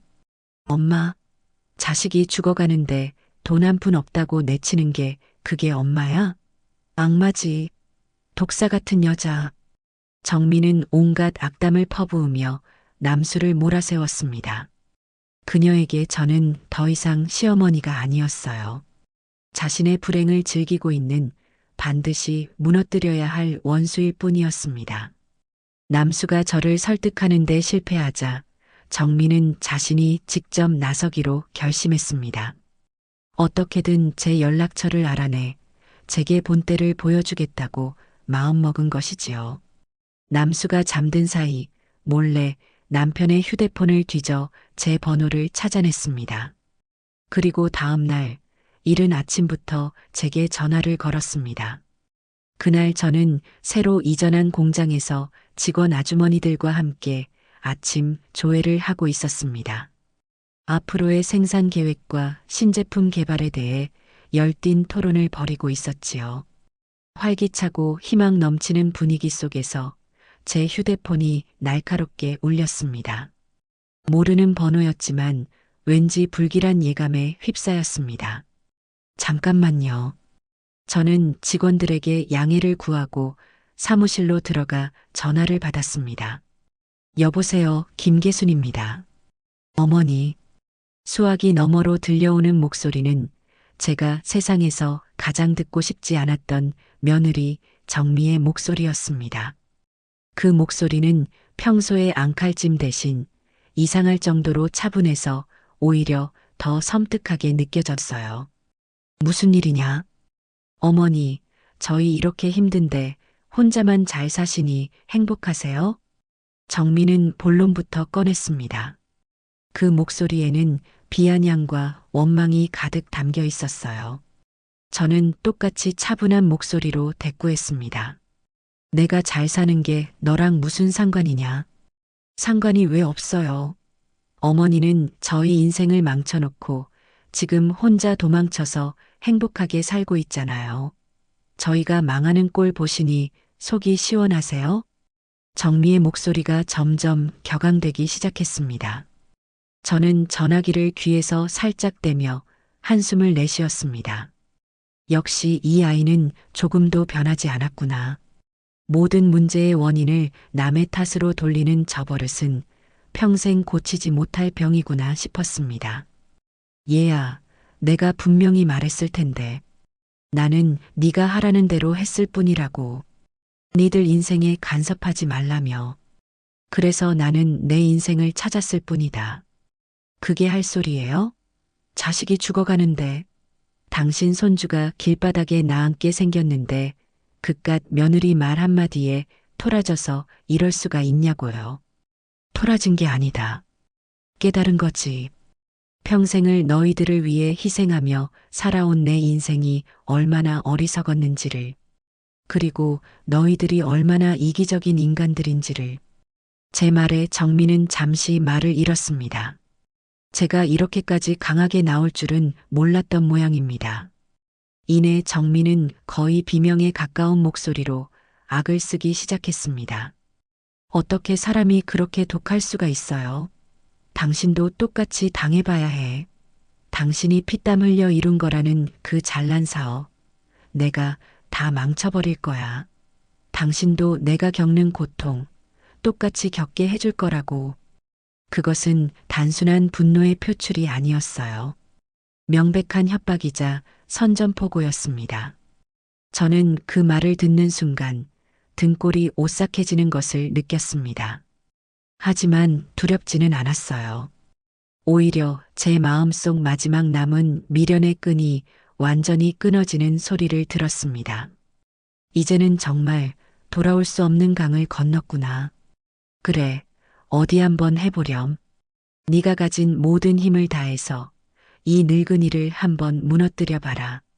대신 그 결과에 대한 책임도 온전히 네가 져야 할 것이다. 명심해라. 저는 그 말을 끝으로 전화를 끊었습니다. 더 이상은 저속한 말싸움에 어울려주고 싶지 않았어요. 전화를 끊고 나니 온몸에 힘이 빠지면서도 이상하게 마음은 후련했습니다. 이제 모든 것이 명확해졌으니까요. 저와 며느리는 이제 한 하늘 아래 공존할 수 없는 적이 되었습니다. 며느리와의 통화는 제게 큰 경각심을 주었습니다. 그 아이는 그저 악을 쓰는 것에서 그치지 않을 것이라는 불길한 예감이 들었어요. 분명 무슨 짓을 저지를 겁니다. 저는 곧바로 박 사장을 제 사무실로 불렀습니다. 박 사장, 아무래도 우리가 정신을 바짝 차려야 할 것 같아. 저는 며느리와의 통화 내용을 박 사장에게 모두 털어놓았습니다. 제 이야기를 듣는 내내 박 사장의 표정은 심각하게 굳어 있었어요. 사장님, 정말 너무하네요. 어떻게 그런. 됐어. 이제 와서 누굴 탓하겠니? 그 아이가 무슨 짓을 할지 모르니 우리는 우리대로 대비를 해야지. 앞으로 위생 관리에 조금이라도 소홀함이 있어서는 안 돼. 재료 검수도 지금보다 2배, 3배는 더 꼼꼼하게 하고 작업장 CCTV도 24시간 내내 돌아가도록 해둬. 그리고 혹시라도 무슨 문제가 생기면 나한테 가장 먼저 보고해야 해. 알았지? 네, 사장님. 명심하겠습니다. 그날 이후 저와 개순의 부엌 직원들은 마치 전쟁을 앞둔 군인처럼 모든 일에 신중을 기했습니다. 하지만 저희가 아무리 철저하게 대비를 한다 해도 어둠 속에서 날아오는 비열한 화살까지 막을 수는 없었습니다. 며느리의 복수는 저희가 전혀 예상하지 못한 방식으로 시작되었습니다. 며느리 정민은 자신의 협박을 곧바로 실행에 옮겼습니다. 하지만 그 방식은 제가 상상했던 것보다 훨씬 더 비열하고 교활했어요. 정민은 자신의 신분을 숨기기 위해 집에서 멀리 떨어진 PC방을 찾아갔습니다. 그리고 익명으로 활동할 수 있는 대형 맘카페와 강릉 지역 커뮤니티 사이트에 접속했지요. 그녀는 마치 개순의 부엌에서 음식을 주문해 먹은 평범한 소비자처럼 행세하며 악의로 가득 찬 거짓 후기들을 올리기 시작했습니다. 강릉맘들, 거기 절대 조심하세요. 위생 최악입니다. 방송만 믿고 주문했다가 식겁했네요. 깻잎 장아찌에서 머리카락 나왔어요. 여기 된장, 국산 콩 쓴다고 해놓고 다 중국산 쓴다는 소문이 있던데 사실인가요? 명란젓 먹고 우리 애기 밤새 배탈 나서 응급실 다녀왔습니다. 보상 요구하니까 나 몰라라 하네요. 정말 어이없는 곳입니다. 글은 매우 구체적이고 사실적으로 쓰여 있었습니다.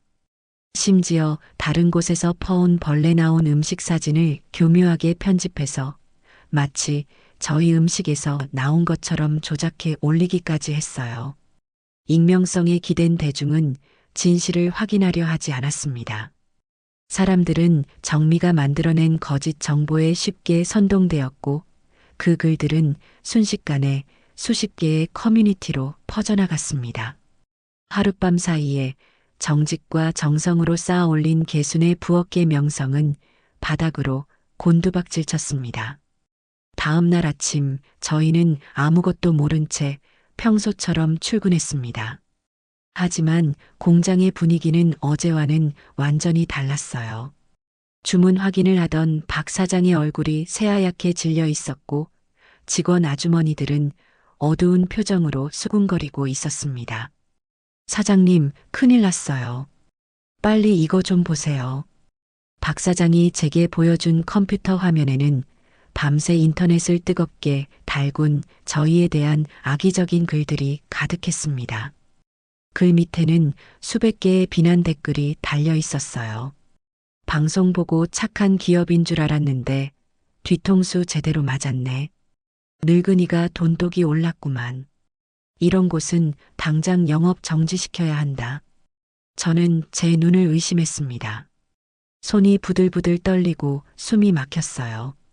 평생을 정직하게 살아온 제 인생이 단 몇 줄의 거짓말로 인해 더러운 오물 속에 처박히는 기분이었습니다. 그것은 시작에 불과했습니다. 아침부터 가게 전화는 불이 나기 시작했어요. 하지만 그것은 주문 전화가 아니었습니다. 입에 담지 못할 욕설과 비난을 퍼붓는 항해 전화였지요. 여기가 그 쓰레기 음식 파는 곳 맞죠? 양심도 없는 할망구야. 당신 같은 사람 때문에 선량한 자영업자들이 다 욕먹는 거야. 인터넷 주문 게시판은 환불과 보상을 요구하는 글로 도배가 되었습니다. 심지어 저희와 거래하던 식료품 가게와 택배 회사마저도 소문을 들었다며 당분간 거래를 보류하겠다고 통보해 왔습니다.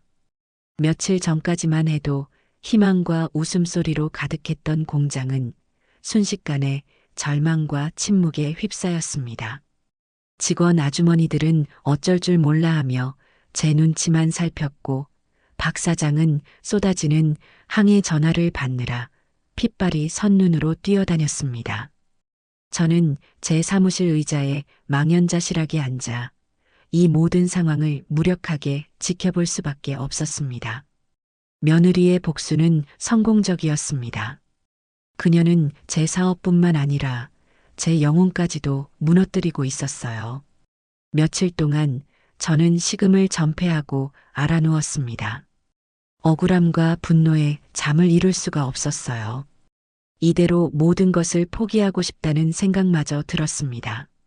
하지만 그때 제 곁을 지켜준 것은 박 사장과 직원들이었습니다.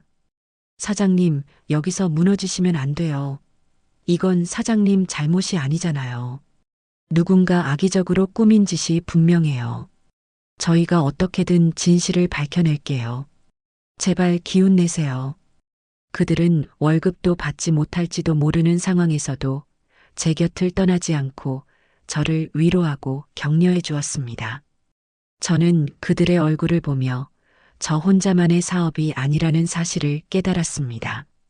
개순의 부엌은 이제 저뿐만 아니라 이 사람들의 삶의 터전이기도 했습니다. 저는 여기서 무너질 수 없었어요. 박 사장, 혹시 그 글이 처음 올라온 곳이 어딘지 알아낼 수 있겠나? 제 말에 박 사장의 눈이 번뜩였습니다. 네, 사장님. 제가 컴퓨터는 좀 다룰 줄 압니다. 한번 추적해 보겠습니다. 박 사장은 며칠 밤을 새워가며 인터넷에 퍼진 글들의 출처를 역으로 추적하기 시작했습니다. 그리고 마침내 모든 글들이 하나의 인터넷 주소, 즉 IP 주소에서 시작되었다는 사실을 밝혀냈습니다. 사장님 찾았어요. 최초 유포자의 IP 주소예요. 박 사장이 흥분된 목소리로 제게 종이 한 장을 내밀었습니다. 그 종이에는 복잡한 숫자, 배열이 적혀 있었어요. 이게 어디라는 건가? 제가 이 주소를 조회해 봤는데요. 서울시 송파구에 있는 한 PC방으로 나와요. 서울시 송파구. 그곳은 바로 아들 내외가 사는 동네였습니다. 그 사실을 확인하는 순간 저는 온몸의 피가 차갑게 식는 것을 느꼈습니다. 범인은 역시나 며느리 정미였습니다. 막연한 의심이 차가운 확신으로 변하는 순간이었습니다. 저는 분노보다 더 깊은 슬픔과 배신감에 몸을 떨어야 했습니다. 어떻게 사람의 탈을 쓰고 이런 끔찍한 짓을 저지를 수 있단 말인가. 자신의 시어머니이자 자기 남편의 어머니에게 범인이 며느리라는 사실을 확인한 순간 제 마음속을 휘젓던 혼란과 무력감은 사라지고 그 자리에 차갑고 단단한 분노와 결의가 들어찼습니다. 이대로 당하고만 있을 수는 없었어요. 이것은 단순히 제 개인의 억울함을 푸는 문제가 아니었죠. 저를 믿고 따라준 사람들의 생계가 걸린 일이었고 제 남은 인생의 존엄이 걸린 싸움이었습니다. 저는 더 이상 눈물 흘리는 피해자로 남아있지 않기로 결심했습니다. 다음 날 저는 박 사장과 함께 서울로 향했습니다. 제가 찾아간 곳은 법률사무소였어요. 박 사장이 수소문에서 찾아낸 인터넷 명예훼손 관련 사건에서 가장 유능하다는 젊은 변호사를 만나기 위해서였어요. 처음에는 늙은 제 말을 믿어줄까 걱정했지만 변호사는 제 이야기를 듣는 내내 진지한 눈으로 경청했습니다. 제가 그동안 모아온 자료들, 즉 악의적인 게시글들의 캡처본과 박 사장이 찾아낸 IP 주소, 그리고 그로 인한 매출 하락 데이터 등을 보여주자 변호사의 눈빛이 날카롭게 변했습니다. 사장님, 이건 명백한 허위사실 유포에 의한 명예훼손 및 업무방해에 해당합니다. 증거도 충분합니다. 가해자가 누구인지 특정하는 것은 시간 문제일 겁니다. 어떻게 하길 원하십니까? 합의를 원하시나요? 아니면 끝까지 법적인 책임을 묻길 원하시나요? 저는 한치의 망설임도 없이 대답했습니다. 합의는 없습니다. 제가 원하는 것은 단 하나, 그 사람이 자기 잘못에 대해 법의 심판을 받고 정당한 대가를 치르게 하는 것입니다. 제 단호한 의지를 확인한 변호사는 고개를 끄덕였습니다. 그날 저는 변호사를 정식으로 선임하고 며느리 정미를 고소하기 위한 모든 절차를 위임했습니다. 서울에서 돌아온 저는 수세에서 벗어나 정면 돌파를 선택했습니다. 저희는 공장의 모든 작업 과정을 영상으로 촬영하기 시작했습니다. 신선한 재료를 꼼꼼하게 검수하는 과정, 청결한 환경에서 음식을 만드는 과정, 위생적으로 포장하는 과정까지 모든 것을 투명하게 기록했어요. 그리고 작업장 곳곳에 CCTV 영상을 편집하여 저희의 결백을 증명할 자료들을 차곡차곡 모았습니다. 식약처에서 받은 위생증명서와 모든 재료의 원산지 증명서도 준비했습니다. 모든 준비를 마친 뒤 저희는 개순의 부엌 인터넷 쇼핑몰과 SNS 계정에 장문의 공식 입장문을 올렸습니다. 개순의 부엌을 아껴주시는 고객 여러분께. 그렇게 시작하는 글에는 최근 불거진 악성 루머에 대한 저희의 입장이 담겨 있었습니다. 저희는 감정적인 호소 대신 객관적인 증거들을 제시했습니다. 저희의 청결한 작업 환경을 담은 영상과 모든 증빙 서류들을 함께 첨부했어요. 그리고 글의 마지막에 이렇게 썼습니다. 저희는 이번 악성 루머의 최초 유포자를 허위사실 유포 및 업무방해 혐의로 사법기관에 정식으로 고소하였음을 알려드립니다. 수사 결과가 나오는 대로 모든 사실을 투명하게 공개할 것을 약속드립니다. 진실은 반드시 밝혀질 것이라 믿습니다. 부디 저희를 믿고 기다려 주시길 간곡히 부탁드립니다. 저희의 입장문은 순식간에 인터넷으로 퍼져나갔습니다. 처음에는 반신반의하던 여론이 저희가 제시한 명백한 증거들 앞에서 조금씩 바뀌기 시작했어요. 저희의 진심을 알아봐주는 응원의 댓글들이 하나둘씩 달리기 시작했습니다. 이렇게까지 투명하게 공개하는 걸 보니 믿음이 가네요.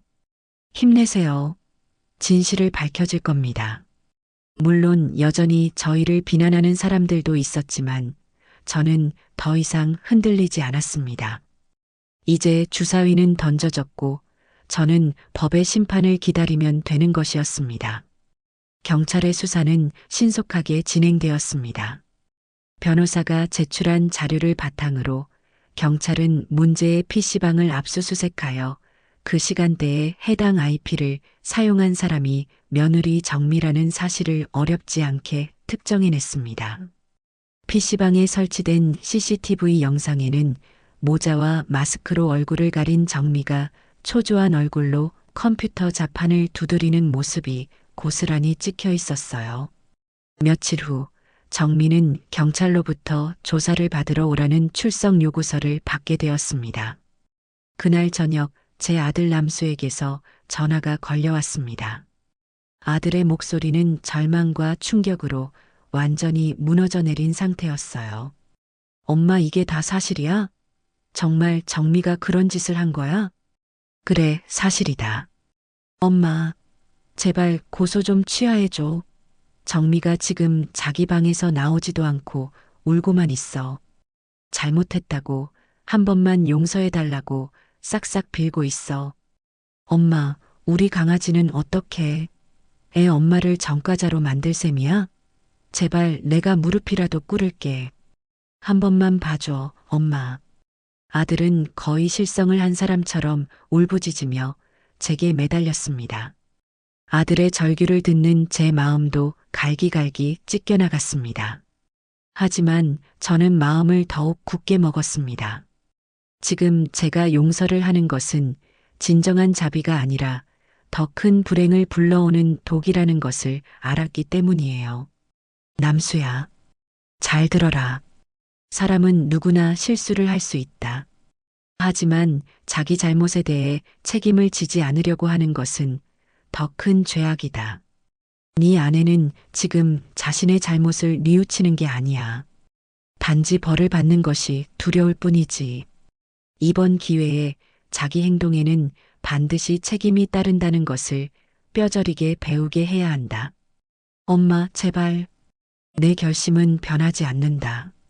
더 이상 이 문제로 전화하지 마라. 저는 아들의 울부짖음을 뒤로하고 차갑게 전화를 끊었습니다. 이것이 제가 제 아들과 며느리에게 그리고 제 손주에게 해줄 수 있는 마지막 사랑의 방식이었습니다.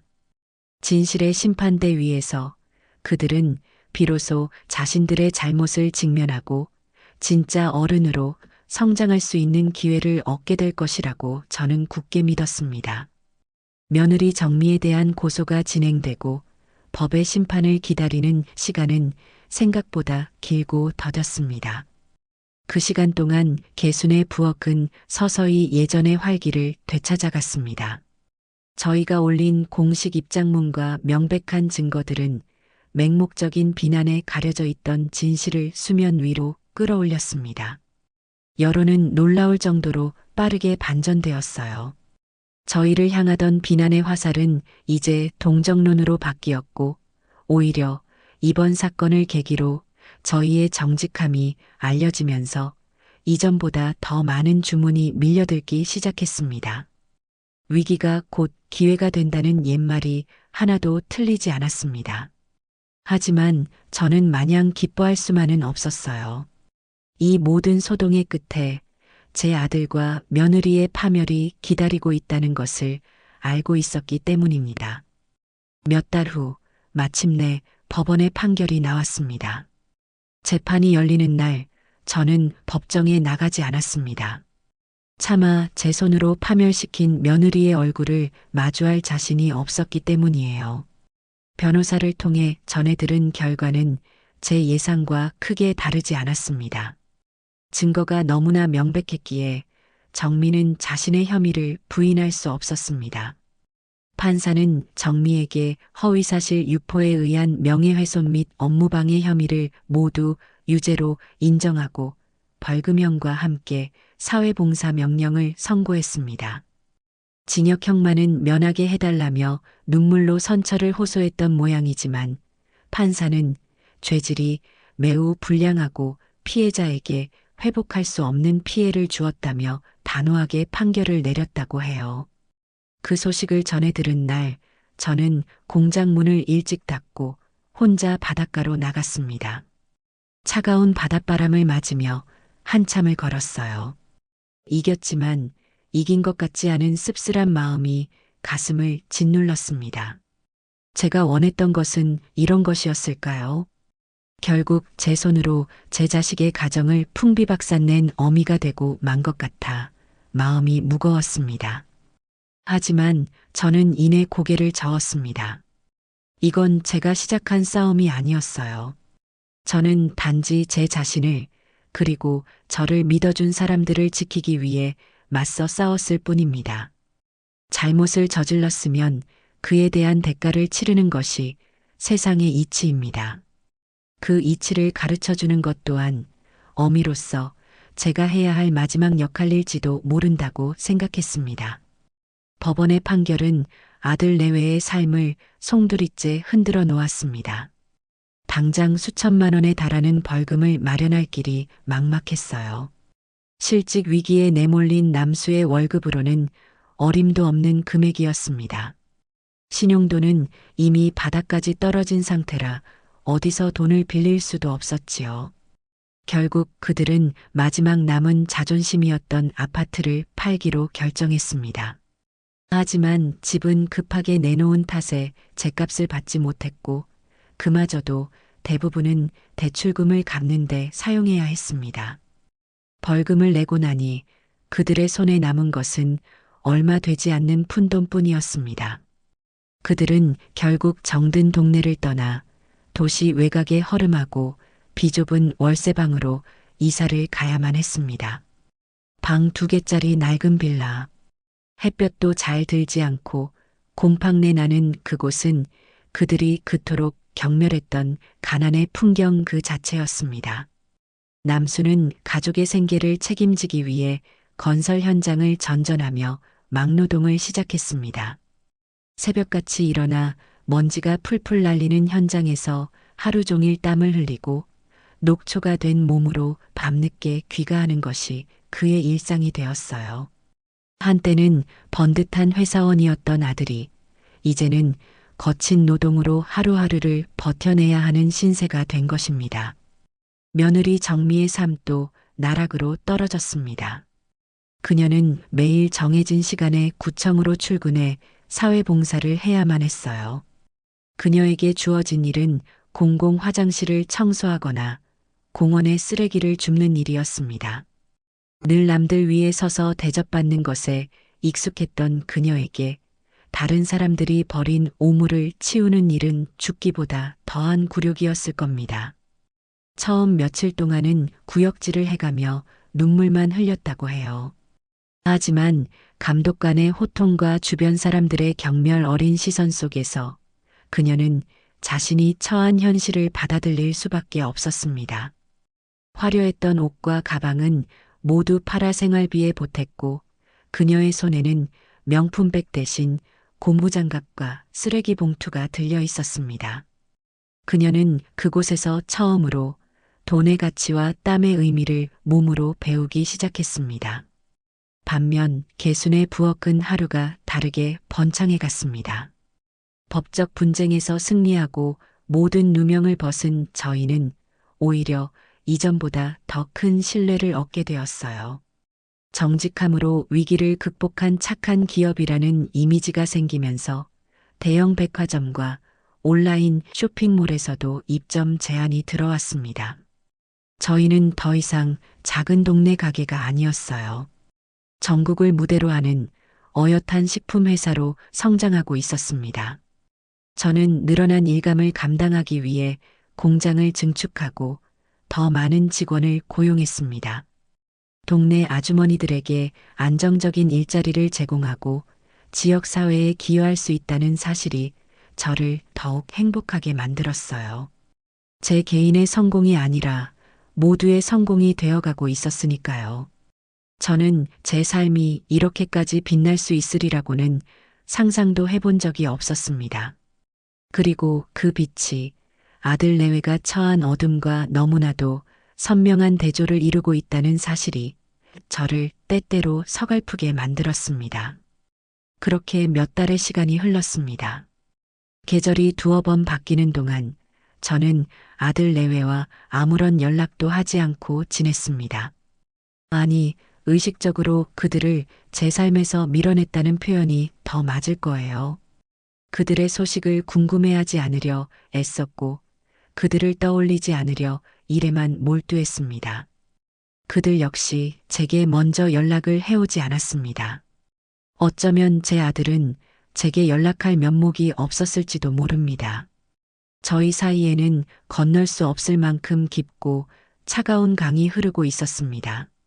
저는 그렇게 그들을 잊고 제 새로운 삶에 완벽하게 적응해가고 있다고 믿었습니다. 하지만 밤에 홀로 잠자리에 누우면 가슴 한구석이 시큰거리는 것은 어쩔 수가 없었어요.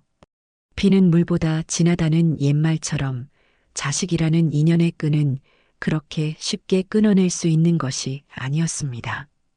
그러던 어느 가을날 오후였습니다. 공장 일을 마치고 막 집으로 돌아와 저녁 준비를 하려던 참이었어요. 초인종 소리가 들려 현관문을 열어보니 문 앞에는 믿을 수 없는 사람이 서 있었습니다. 제 아들 남수였어요. 몇 달 만에 마주한 아들의 모습은 제가 기억하던 모습과는 너무나도 달랐습니다. 말끔했던 얼굴은 햇볕에 검게 그을리고 주름이 깊게 패여 있었고 부드러웠던 손은 시멘트 독이 올랐는지 거북이 등껍질처럼 딱딱하고 갈라져 있었습니다. 한때는 듬직했던 어깨는 무거운 삶의 무게에 짓눌린 듯 축 처져 있었고 눈은 깊이 퀭하게 들어가 있었습니다. 제 아들이 순식간에 10년은 더 늙어버린 것 같았어요. 저는 아무 말도 하지 못하고 그저 낯선 사람을 보듯 아들을 쳐다보기만 했습니다. 남수 역시 아무 말 없이 죄인처럼 고개를 푹 숙인 채 제 얼굴을 제대로 쳐다보지도 못했어요. 어색하고 무거운 침묵이 한참 동안이나 저희 사이에 흘렀습니다. 제가 먼저 침묵을 깬 것은 아들의 작업복 소매 끝에 묻은 시멘트 가루가 눈에 들어왔기 때문입니다. 일하다 오는 길이냐? 제 물음에 아들은 그제야 고개를 들었습니다. 그리고 저와 눈이 마주치는 순간 아들의 눈에서 굵은 눈물방울이 뚝뚝 떨어지기 시작했습니다. 아들은 아무런 말도 없이 제 앞에서 털썩 무릎을 꿇었습니다. 흙먼지가 묻은 작업복 바지가 더러워지는 것도 아랑곳하지 않은 채였어요. 엄마, 아들은 목이 메어 말을 잇지 못하고 그저 어린아이처럼 어깨를 들썩이며 흐느꼈습니다.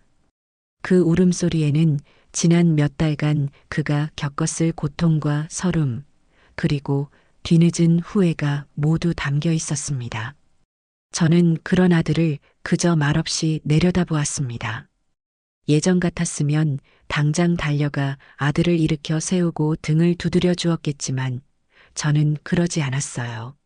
아들에게는 자신의 잘못을 온전히 마주하고 스스로 일어설 시간이 필요했습니다. 한참을 울던 아들은 이내 떨리는 목소리로 제게 말했습니다. 이번에는 돈 이야기가 아니었어요. 변명이나 핑계도 아니었습니다. 어머니, 제가 다 잘못했습니다. 제가 정말 죄인이었어요. 아들로서도 남편으로서도 저는 자격이 없는 놈입니다. 아들은 잠시 말을 멈추고 애써 울음을 삼켰습니다.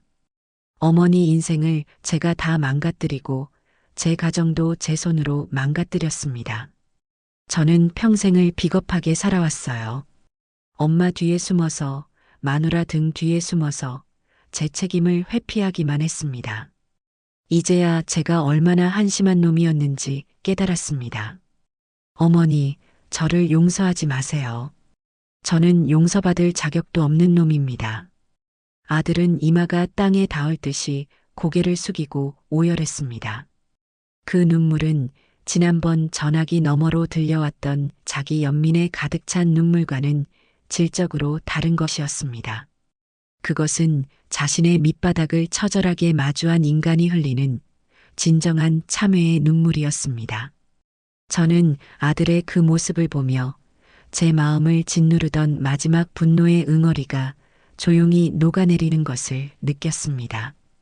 저는 조용히 아들에게 다가가 아들의 어깨를 잡고 일으켜 세웠습니다. 일어나거라. 아들은 고개를 저으며 일어나려 하지 않았습니다. 아닙니다, 어머니.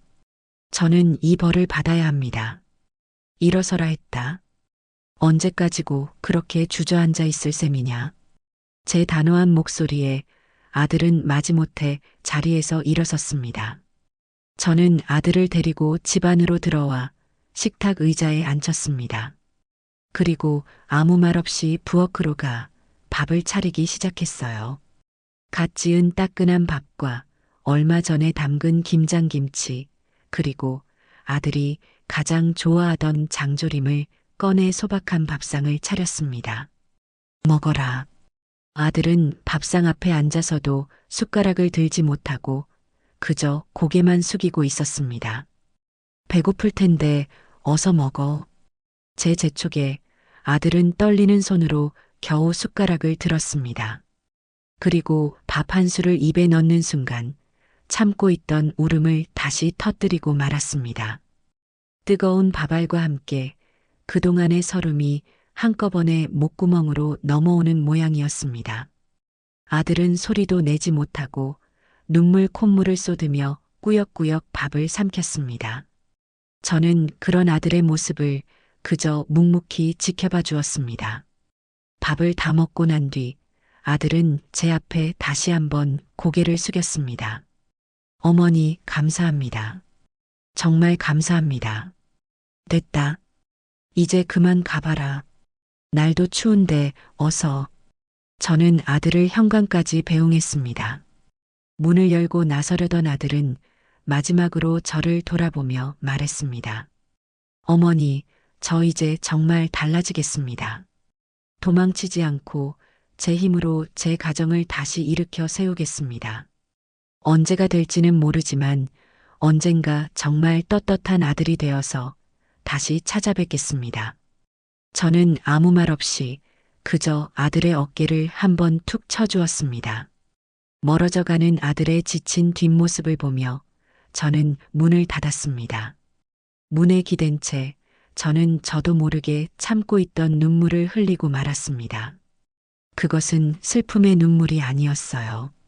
제 아들이 마침내 진짜 어른이 되어가는 모습을 확인한 안도의 눈물이었습니다.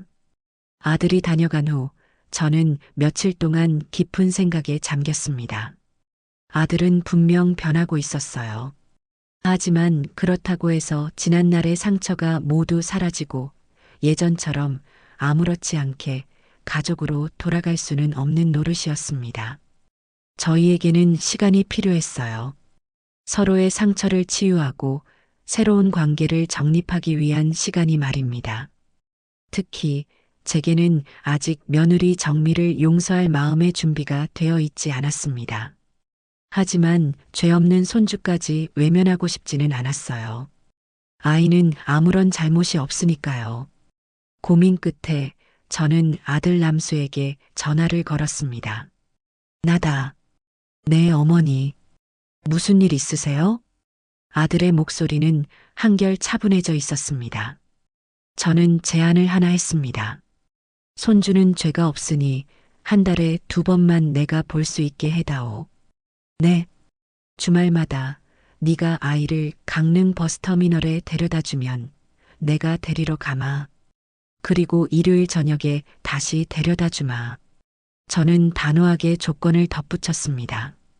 대신 너희 부부는 당분간 나를 찾아올 생각하지 마라. 알겠느냐? 수화기 너머로 아들의 침묵이 흘렀습니다. 잠시 후 아들은 떨리는 목소리로 대답했어요. 네, 어머니. 그렇게 하겠습니다. 정말 감사합니다. 그렇게 저와 손주의 주말 만남이 시작되었습니다. 첫 만남 날 저는 약속 시간보다 조금 일찍 버스터미널에 나가 아이를 기다렸습니다. 얼마 지나지 않아 아들의 손을 잡고 버스에서 내리는 손주 녀석의 모습이 보였어요. 몇 달 만에 본 아이는 조금 더 자라 있었지만 얼굴에는 그늘이 드리워져 있었습니다. 아마도 그동안 집안의 힘든 상황을 어렴풋이 느끼고 있었겠지요. 아이는 저를 보고도 예전처럼 달려와 안기지 않고 아빠의 등 뒤에 숨어 어색하게 저를 쳐다보기만 했습니다. 강아지, 할미한테 오너라. 제가 팔을 벌리자 아이는 잠시 망설이다가 종종 걸음으로 제게 다가왔습니다. 저는 아이를 품에 꼭 안아주었어요. 작고 여윈 아이의 몸이 안쓰러웠습니다. 아들은 멀찍이 서서 그 모습을 지켜보다가 제게 깊이 고개를 숙여 인사하고는 서울로 돌아가는 버스에 올랐습니다. 처음 몇 번의 만남 동안 손주는 말이 없고 낯을 가렸습니다. 저는 아이를 다그치지 않고 그저 묵묵히 아이의 곁을 지켜주었어요. 함께 바닷가를 산책하고 시장에 가서 맛있는 군것질거리를 사주고 제 공장에 데려가 제가 일하는 모습을 보여주었습니다.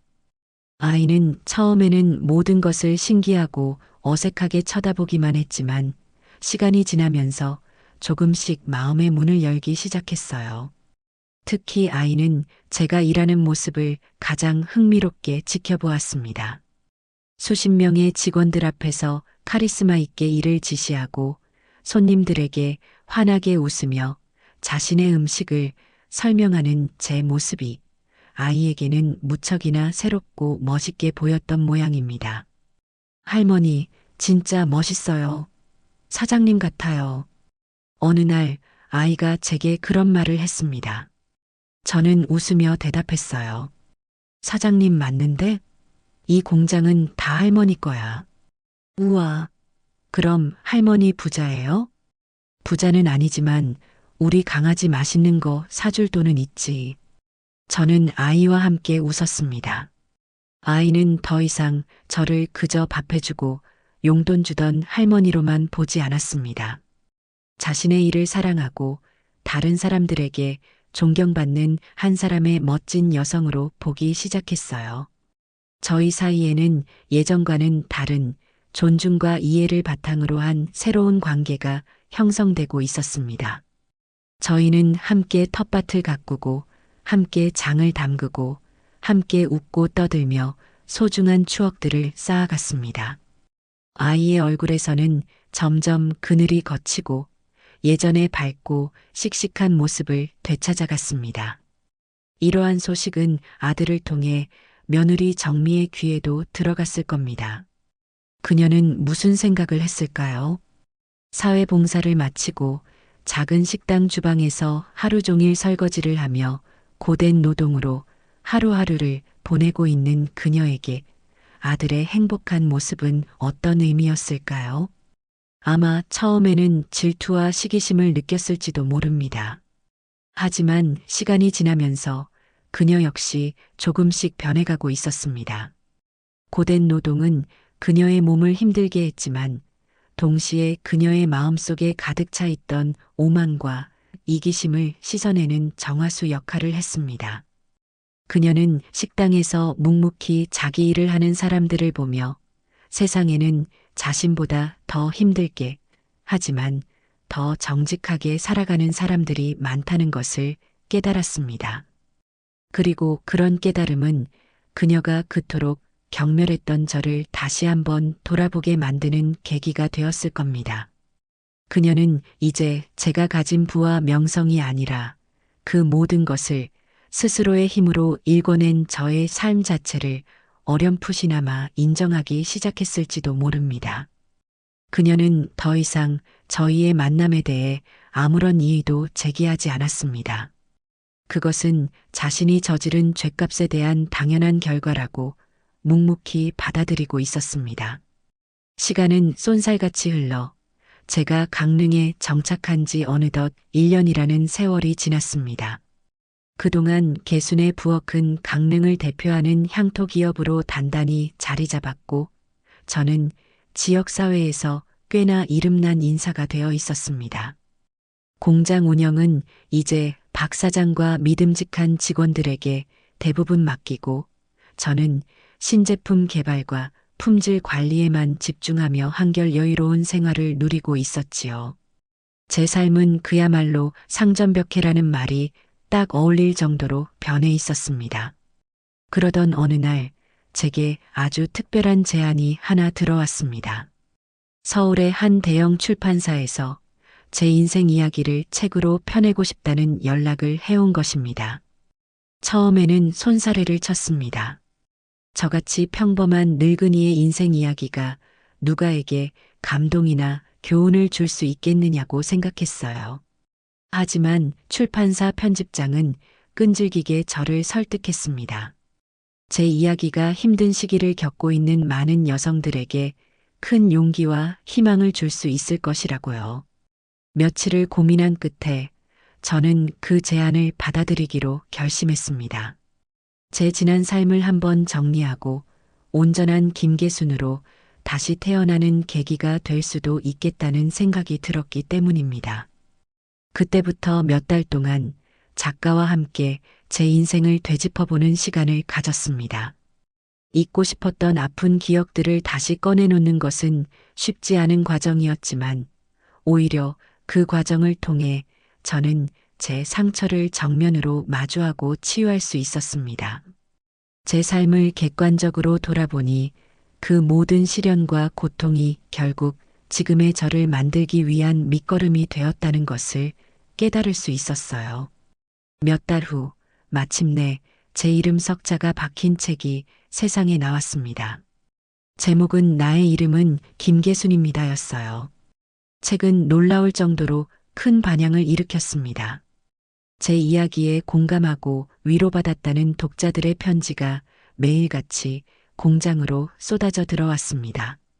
저는 제 인생이 누군가에게 작은 힘이 될 수 있다는 사실에 가슴 벅찬 감동을 느꼈습니다. 책이 나오고 얼마 지나지 않아 저는 큰 결심을 하나 했습니다.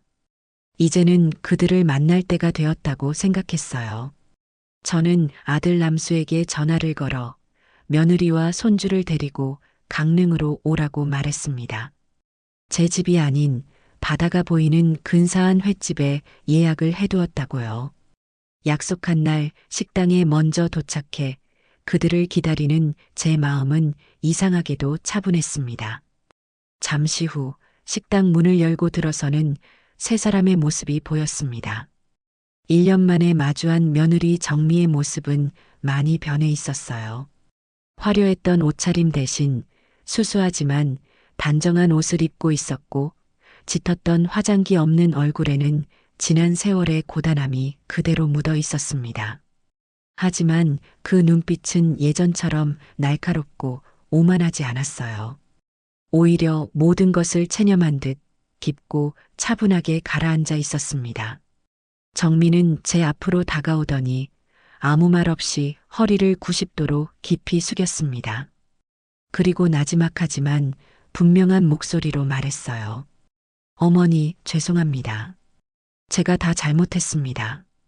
그 사과에는 어떤 변명도 꾸밈도 없었습니다. 눈물로 동정을 구하려는 가식도 없었어요. 그저 자신의 잘못을 온전히 인정하는 담담한 고백이었습니다. 저는 그런 며느리를 잠시 바라보다가 조용히 고개를 끄덕였습니다. 그래, 이제 그만 고개 들 거라. 그리고 여기 앉아라. 저희 네 사람은 어색한 침묵 속에서 식사를 시작했습니다. 하지만 그 침묵은 예전처럼 불편하고 가시 돋친 것이 아니었어요. 서로에게 더 이상 상처를 줄 수도 받을 수도 없다는 것을 아는 사람들 사이에 조심스러운 침묵이었습니다. 식사가 끝날 무렵 제가 먼저 입을 열었습니다. 이제 각자 자리에서 각자 인생 열심히 살면 된다. 지난 일은 다 잊고 앞으로 잘 살 생각만 하거라. 그것은 용서의 말이자 제 나름의 마지막 배려였습니다. 제 말에 며느리는 말없이 고개만 숙였고 아들은 그런 아내와 저를 번갈아 쳐다보며 안도하는 표정을 지었습니다. 저희는 그렇게 길고 길었던 악연의 고리를 끊어내고 새로운 관계의 첫 발을 내딛었습니다. 그들을 서울로 돌려보낸 뒤 저는 혼자 저녁 노을이 지는 바닷가를 걸었습니다. 붉게 타오르는 석양을 바라보며 저는 제 인생을 송두리째 바꿔놓았던 그날을 떠올렸습니다.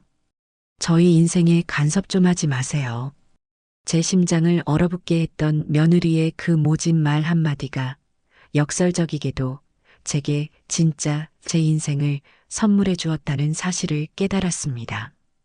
그 말이 없었다면 저는 아마 지금도 10분 거리의 아들네 집을 맴돌며 그림자 같은 삶을 살고 있었을 겁니다.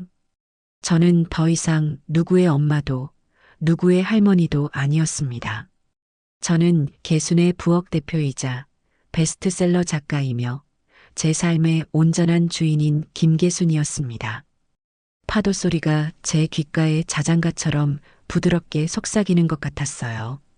잘 살아왔다고, 이제는 괜찮다고 저를 위로해주는 것만 같았습니다. 저는 주머니에서 휴대폰을 꺼내 제 자신에게 작은 선물을 하기로 했습니다. 다음 주에 출발하는 난생 처음 혼자 떠나는 제주도행 비행기 표를 예매한 것입니다. 예매 완료 버튼을 누르고 나니 저도 모르게 소녀 같은 웃음이 터져 나왔어요. 제 인생은 이제부터가 진짜 시작입니다. 저는 드넓게 펼쳐진 바다를 향해 더없이 행복한 미소를 지어 보였죠. 제 이야기 들어주셔서 감사해요.